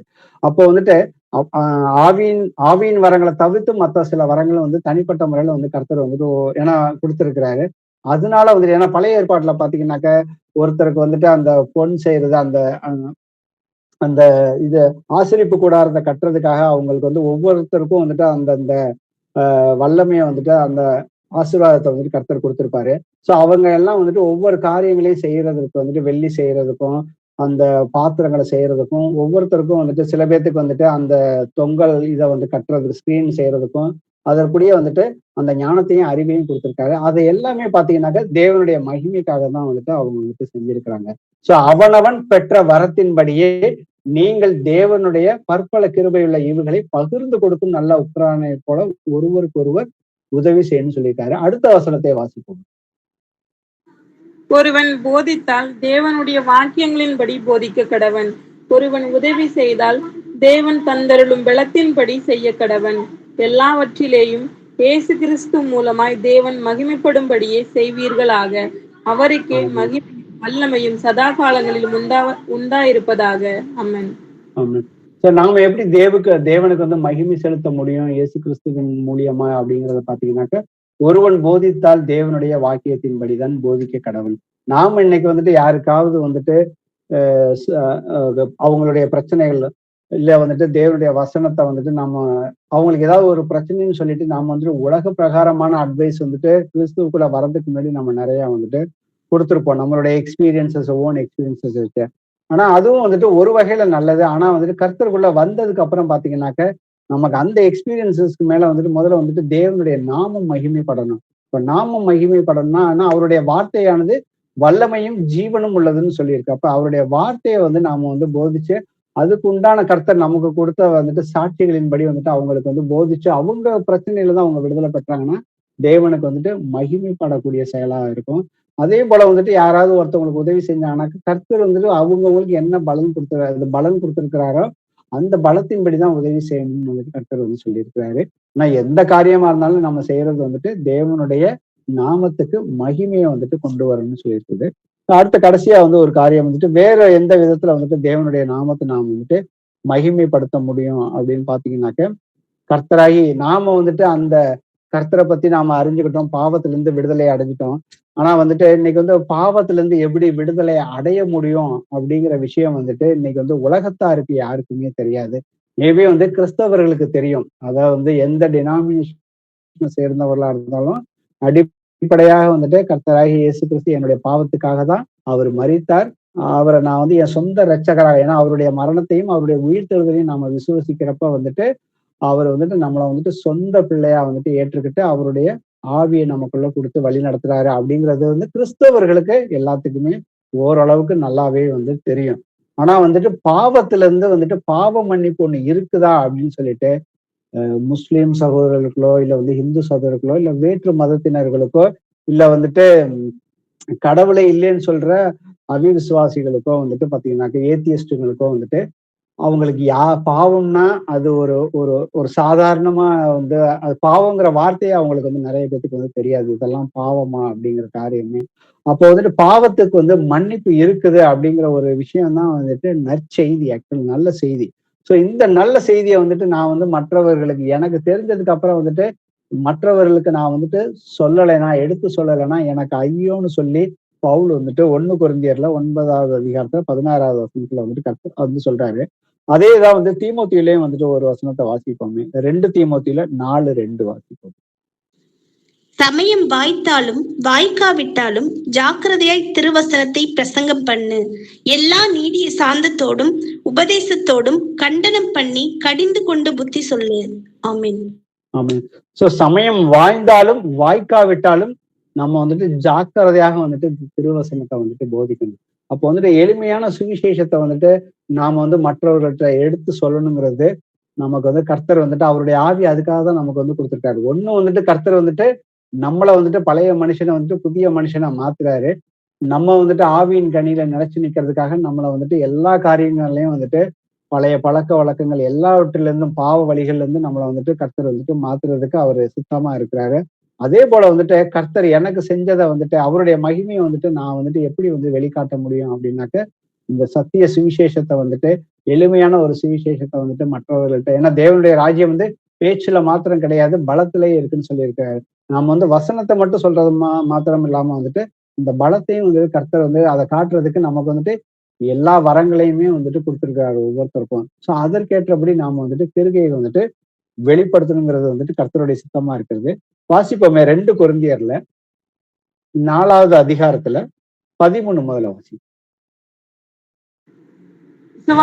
விசுவாசித்தேன் ஆகையால் பேசினேன் என்று எழுதியிருக்கிறபடி நாங்களும் அந்த விசுவாசத்தின் ஆவியை உடையவர்களாய் இருந்து விசுவாசிக்கிறபடியால் பேசுகிறோம். ஆமென். சோ விசுவசித்தேன், ஏன்னா கர்த்தரை பத்தி அறிஞ்சுக்கிட்டு சத்தியத்தை அறிஞ்சு கொண்டவர்கள் யாருமே வந்துட்டு அமைதியாவே இருக்க முடியாது. அப்படி ஒருவேளை வந்துட்டு அமைதியா இருக்கிறாங்கனாக்க அவங்க கிட்ட வேற ஏதோ ஒரு பிரச்சனை இருக்குன்னு அர்த்தம். ஏன்னா வந்துட்டு விசுவசித்தேன் ஆகையால் பேசி இருக்கிறேன் அப்படின்னு வந்து சொல்லியிருக்கேன். நாங்கள் வந்து அந்த விசுவாசத்தின் ஆவியை உடையவர்களாக இருந்து விசுவசிக்கிறபடிதான் பேசுகிறோம்னு சொல்லியிருக்காங்க. இந்த வசனம் வந்துட்டு மெய்யான வசனம். ஏன்னா அதை நீங்க வந்துட்டு உங்களை நீங்களே நிதானிச்சு பாருங்க. இது வரைக்கும் வந்துட்டு அந்த மாதிரி நீங்க வந்து நடந்துகிட்டீங்கன்னாக்க கர்த்தருக்கு நீங்க மகிமை செலுத்துறீங்க. அப்படி நடக்கலைன்னாக்க இன்றிலிருந்து நடப்பதற்கு நாம வந்து கர்த்தருடைய, ஏன்னா அவருடைய கிருபையினால எதையுமே வந்துட்டு நம்மளால வந்து செய்ய முடியும்னு வந்து சொல்லியிருக்காரு. தேவன் நம் பட்சத்தில் இருக்கிறபடினால நம்மளால வந்துட்டு எல்லாவற்றையும் செய்ய முடியும் ஆவிக்குரிய காரியங்கள். அடுத்தது இந்த 15வது வசனத்தை வாசிப்போம். தேவனுடைய மகிமை விளங்குவதற்கு ஏதுவாக கிருபையானது அநேகருடைய ஸ்தோத்திரத்தினாலே பெருகும்படிக்கு இவையெல்லாம் உங்கள் நிமித்தம் உண்டாயிருக்கிறது. ஆமென்.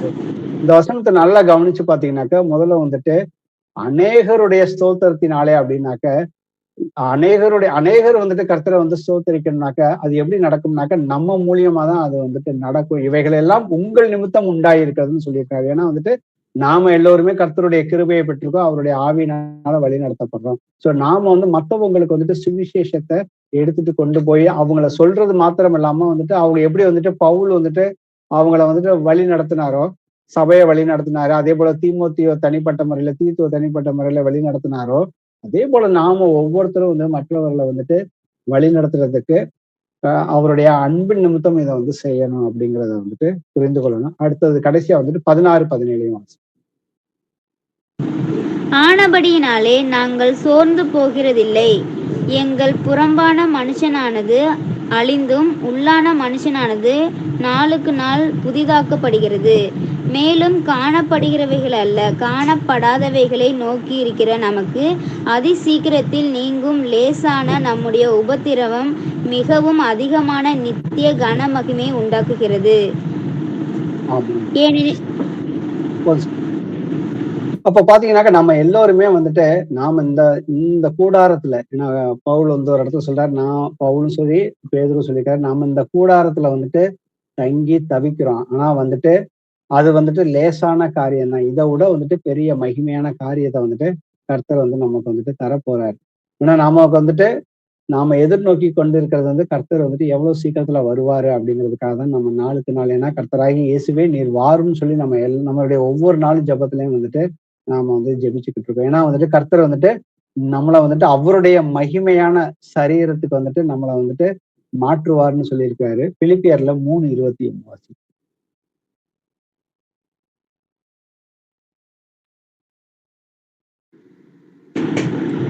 அவர் எல்லாவற்றையும் தமக்கு கீழ்ப்படுத்திக் கொள்ளத்தக்க தம்முடைய வல்லமையான சொல்லின்படியே செயலின்படியே நம்முடைய அற்பமான சரீரத்தை தம்முடைய மகிமையான சரீரத்திற்கு ஒப்பாக மறுரூபப்படுத்துவார்.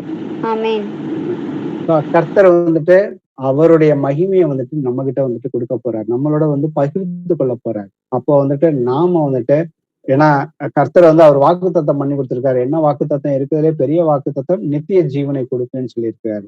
அப்ப நமக்கு வந்துட்டு தேவனுடைய ராஜ்யத்தை நம்மள வந்துட்டு அவரு ராஜாதி ராஜாவா இருந்து நம்மளை வந்து ராஜாக்களா வந்துட்டு வைக்க போறாரு. எப்ப வைக்க போறாரு அப்படின்னு பாத்தீங்கன்னாக்க, அவருடைய வருகையின் போது வந்துட்டு நம்மளுக்கு வந்துட்டு தேசங்களை கொடுத்து ஆள செய்வார் அப்படிங்கிறது தான் வந்துட்டு நம்மளுடைய விசுவாசமாக இருக்குது. கர்த்தர் எங்க இருக்கிறாரோ நாம வந்து அவர் கூட என்றென்றைக்குமே வந்துட்டு சந்தோஷமாக இருப்போம்.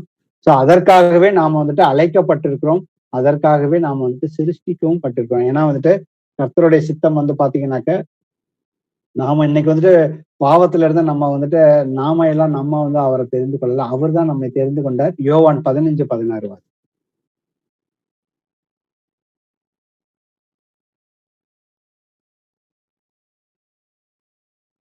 15:16.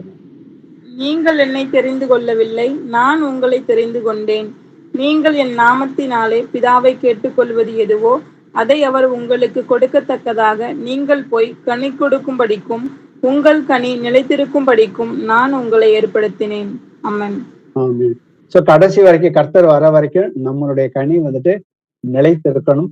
அதற்காக தான் வந்துட்டு, ஏன்னா நம்மளுடைய ஜபத்துக்கெல்லாம் அடுத்தடுத்து பதில் கொடுக்கறதுக்கு கர்த்தர் வந்து ரெடியா தான் இருக்கிறாரு. ஆனா வந்துட்டு அதுக்கு முன்னாடி கண்டிஷன் வச்சுட்டாரு, நாம எல்லோருமே வந்துட்டு கனி கொடுக்கிற பிள்ளைகளாக இருக்கணும்னு சொல்லிட்டு. அந்த ஆவியின் கனி அந்த 9 தெரியும். சோ அந்த 9 கனியில நாம வந்துட்டு நிலைச்சு நிக்கிறப்ப நாம இந்த பூமியிலையும் வந்துட்டு சந்தோஷமாக இருக்க முடியுங்கிறது தான் வந்துட்டு கர்த்தர் வந்துட்டு வாக்குத்தத்தம். நமக்கு வந்து போராட்டம் உண்டுன்னு சொல்லியிருக்காரு. என்ன போராட்டம்னாக்க, பாவத்தை எதிர்த்து நின்று போராடுறதுக்கு போராட்டம் வந்து உண்டு. அது வந்து கர்த்தருடைய இயேசுவின் நாமத்தினால நமக்கு வர போராட்டம். மற்ற போராட்டம் எல்லாம் வந்துட்டு நம்மளுடைய இச்சையினாலதான் வருதுன்னு சொல்லி யாக்கோபு 1 அதிகாரத்துல வாசிச்சு பார்த்தோம்னா தெரியும். அப்ப நாம வந்து அதை வந்து கரெக்டா வந்து பகுத்தறிந்து பார்த்து நாம வந்து என்றென்றைக்கும், ஏன்னா நம்ம வந்துட்டு அவர் தெரிந்து கொண்டதே வந்து நம்ம வந்து கனி கொடுக்கறதுக்காக மட்டும்தான். அந்த கனி கொடுப்பதனால வந்துட்டு நாம வந்து மிகுந்த கனிகளை கொடுத்தோம்னாக்க பிதா வந்து மகிமைப்படுவார். அப்பொழுது நீங்கள் எனக்கு சீஷர்களாக இருப்பீர்கள் சொல்லியிருக்காங்க. சோ நாம வந்துட்டு இதுவரைக்கும் யாராவது விசுவாசிகளாக இருந்தோம்னாக்க, நாம அப்படி இல்லாம வந்துட்டு அவருக்கு சீஷர்களாகவும் நண்பர்களாகவும் இருக்கணுங்கிறது தான் வந்துட்டு தேவனுடைய சித்தமாக இருக்குது. அதுக்கு நாம வந்துட்டு இன்னைக்கு நாமே ஒப்பு கொடுத்து இந்த பைபிள் ஸ்டடியை முடிப்போம். Praise the Lord brothers and sisters. எங்கள் கர்த்தராகிய இயேசுவே, உம்மை போற்றுகிறேன், உம்மை வாழ்த்துகிறேன், உம்மை ஆராதிக்கின்றேன், உமக்கு நன்றி செலுத்துகிறேன். அப்பா தகப்பனே, ஜீவனுள்ளவரே, எல்லா சதாகாலமும் எல்லா மகிமையும் உமக்கு மட்டுமே அப்பா. நீர் ஒருவரே வந்துட்டு வானத்தையும் பூமியையும் உண்டாக்கி எங்களை எல்லாத்தையுமே மனிதர்களை உண்டாக்குனீங்கப்பா. ஆனா நாங்கள் மனிதர்கள் எல்லோருமே வந்துட்டு தேவனுடைய சாயலை இழந்து தேவ மகிமையற்றவர்களாக மாறிட்டோம் அப்பா. ஆனால் அப்பா உம்முடைய கிருபையினாலே, மகா பெரிய இரக்கத்தினாலே அப்பா, நீங்க இரக்கத்திலே ஐஸ்வர்யம் உள்ளவர் அப்பா. உங்களுடைய மகா பெரிய அன்பினாலே எங்களை நீங்க வந்துட்டு அப்படியே வந்துட்டு ஒதுக்கி வைக்காம அப்பா தகப்பனே, நீங்க வந்துட்டு வார்த்தையான தேவன் வந்துட்டு எங்களுக்காக மாமிசத்துல வந்து எங்களுடைய பாவங்களை எல்லாவற்றையுமே உங்க சரீரத்துல சுமந்து எங்க பாவங்களை நீங்க வந்து மன்னிக்கிறதுக்காக வந்துட்டு உங்க சரீரத்துல இருந்த கடைசி ரத்தம் வரைக்கும் நீங்க சிந்தி நீங்க வந்து மறித்தீங்கப்பா. ஆனா வந்துட்டு மறிக்கிறதுக்கு முன்னாடி நீங்க வந்து உங்க சரீரத்துல அநேக காயங்கள் பட்டீங்கப்பா. உங்களுடைய தழும்புகளால குணமாகிறோங்கிற அந்த பெரிய வாக்கு தத்துவத்தை நீங்க எங்களுக்கு வந்துட்டு கொடுத்துருக்கீங்கப்பா. அதை நாங்கள் எப்பொழுதுமே சுதந்திரித்துக் கொள்ளக்கூடிய பிள்ளைகளாக நாங்க வந்துட்டு உங்களுடைய மரணத்தையும் உங்களுடைய உயிர்த்தெழுதலையும் நாங்க வந்து விசுவசித்து அப்பா, நீ விசுவசிக்கிற ஒவ்வொருக்குள்ளாக எங்களுக்குள்ளாக நீ பரிசுத்த ஆவியானவராக வந்து எங்களுக்குள்ளாக நீங்க இன்றளவும் எங்கள் எல்லோரையுமே இங்க இருக்கிற ஒவ்வொருவரையும் நீங்க வந்துட்டு ஒரு சபையாராக நீங்க வழி நடத்துறீங்கப்பா. அதற்கெல்லாம் கொடான கோடி நன்றி செலுத்துகிறோமாப்பா. அப்பா தகப்பனே, எங்களுக்கு வந்து அநேக உபத்திரங்கள் வந்துட்டு இருக்குதப்பா. நாங்க கடந்த வாழ்க்கையிலேயோ ஏதாவது எங்களுடைய சிந்தனையினாலேயோ சொல்லினாலேயோ அப்பா உம்முடைய நாமம் மகிமைப்படாதபடி நாங்க நடந்திருக்கிறோமப்பா. அதற்காக இந்த நேரத்துல நாங்க தயவாய் உம்மிடத்துல வந்துட்டு மன்னிப்பு வேண்டுகிறோமப்பா. ஏசப்பா, நீங்க வந்துட்டு உங்களுடைய தழும்புகளால குணமாகறீங்கன்னு சொல்லியிருக்கீங்கப்பா.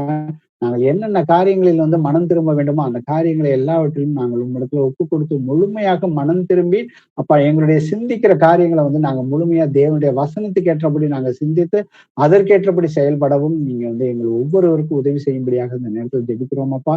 இதோ இங்க வந்துட்டு இன்னைக்கு பிரேயர்ல இருக்கிற ஒவ்வொரு வரையுமே வந்துட்டு கர்த்தராகி இயேசு கிறிஸ்துவின் நாமத்தினால அவர்களையும் அவர்கள் பிள்ளைகள் குடும்பத்தார் அனைவரையுமே ஆசீர்வதிக்கிறேனப்பா. அப்பா தகப்பனே, யாரெல்லாம் இன்னும் வந்துட்டு ஞானஸ்தானம் எடுக்காத, கர்த்தருடைய நாமத்தினால, இயேசுவின் நாமத்தினால ஞானஸ்தானம் எடுக்காதவர்கள் இருக்கிறார்களோ அவர்கள் வந்துட்டு தங்களை வந்துட்டு அப்பா தேவனை மகிமைப்படுத்துவதற்காக உங்களுடைய விசுவாசத்தின் மூலியமாக உங்களுடைய பிள்ளையாக அவங்க வந்து விசுவாசித்து ஞானஸ்தானம் எடுப்பதற்கு நீங்க கிருபை பாராட்டும்படியாக இந்த நேரத்துல நாங்கள் ஜெபிக்கிறோம் அப்பா. அதே போல அவர்கள் யாரெல்லாம் வந்து மிகுந்த கனி கொடுக்காம இருக்கிறாங்களோ அப்பா, எல்லோருமே வந்துட்டு மிகுந்த கனிகளை கொடுப்பதற்கு அப்பா தகப்பனே, நீங்க ஒவ்வொருவரையும் இங்க இருக்கிற ஒவ்வொருவரையும் வழிநடத்தும்படியாக நாங்கள் ஜெபிக்கிறோம் அப்பா. இதற்கெல்லாம் எதிராக செயல்படுகிற எல்லா பொல்லாத சாத்தானையும் பிசாசின் கிருகைகளையுமே கர்த்தராகிய இயேசு கிறிஸ்துவின் நாமத்தினாலே இங்க வந்து எங்களை விட்டு வெளியே போய் என்று கட்டளை இடுகிறோம். இயேசுவே, நீர் ஜீவன் உள்ளவர், நாங்கள் விசுவசிக்கிறவர் இன்னார் என்று அறிவோம் அப்பா. நாங்க எதை கேட்டாலும் நீங்க செய்வீங்கிறத முழுமையா நாங்க வந்து விசுவசித்து அதை பெற்றுக்கொண்டோம்னு சொல்லி நாங்க வந்துட்டு எங்களுடைய ஜெபத்தை வந்து மாற்றிக்கொண்டு உங்களுடைய வருகைக்காக எப்பொழுதுமே காத்திருக்கிற பிள்ளைகளாக இருப்பதற்கு நீர் எங்கள் ஒவ்வொருவருடைய இருதயத்தையும் சிறப்படுத்தி கர்த்தராகிய இயேசு கிறிஸ்துவின் நாமத்தினாலே எங்களை வழிநடத்தும்படியாக எங்களுடைய எல்லா ஜெபங்களையும் எடுத்து கேட்கும் ஜீவனுள்ள நல்ல பிதாவே, ஆமென். Praise the Lord, brother. Praise the Lord. Thank you, Jesus. Praise the Lord, brother. Praise the Lord. Praise the Lord, brother. Praise the Lord. Praise the Lord, brother. Praise the Lord, brother.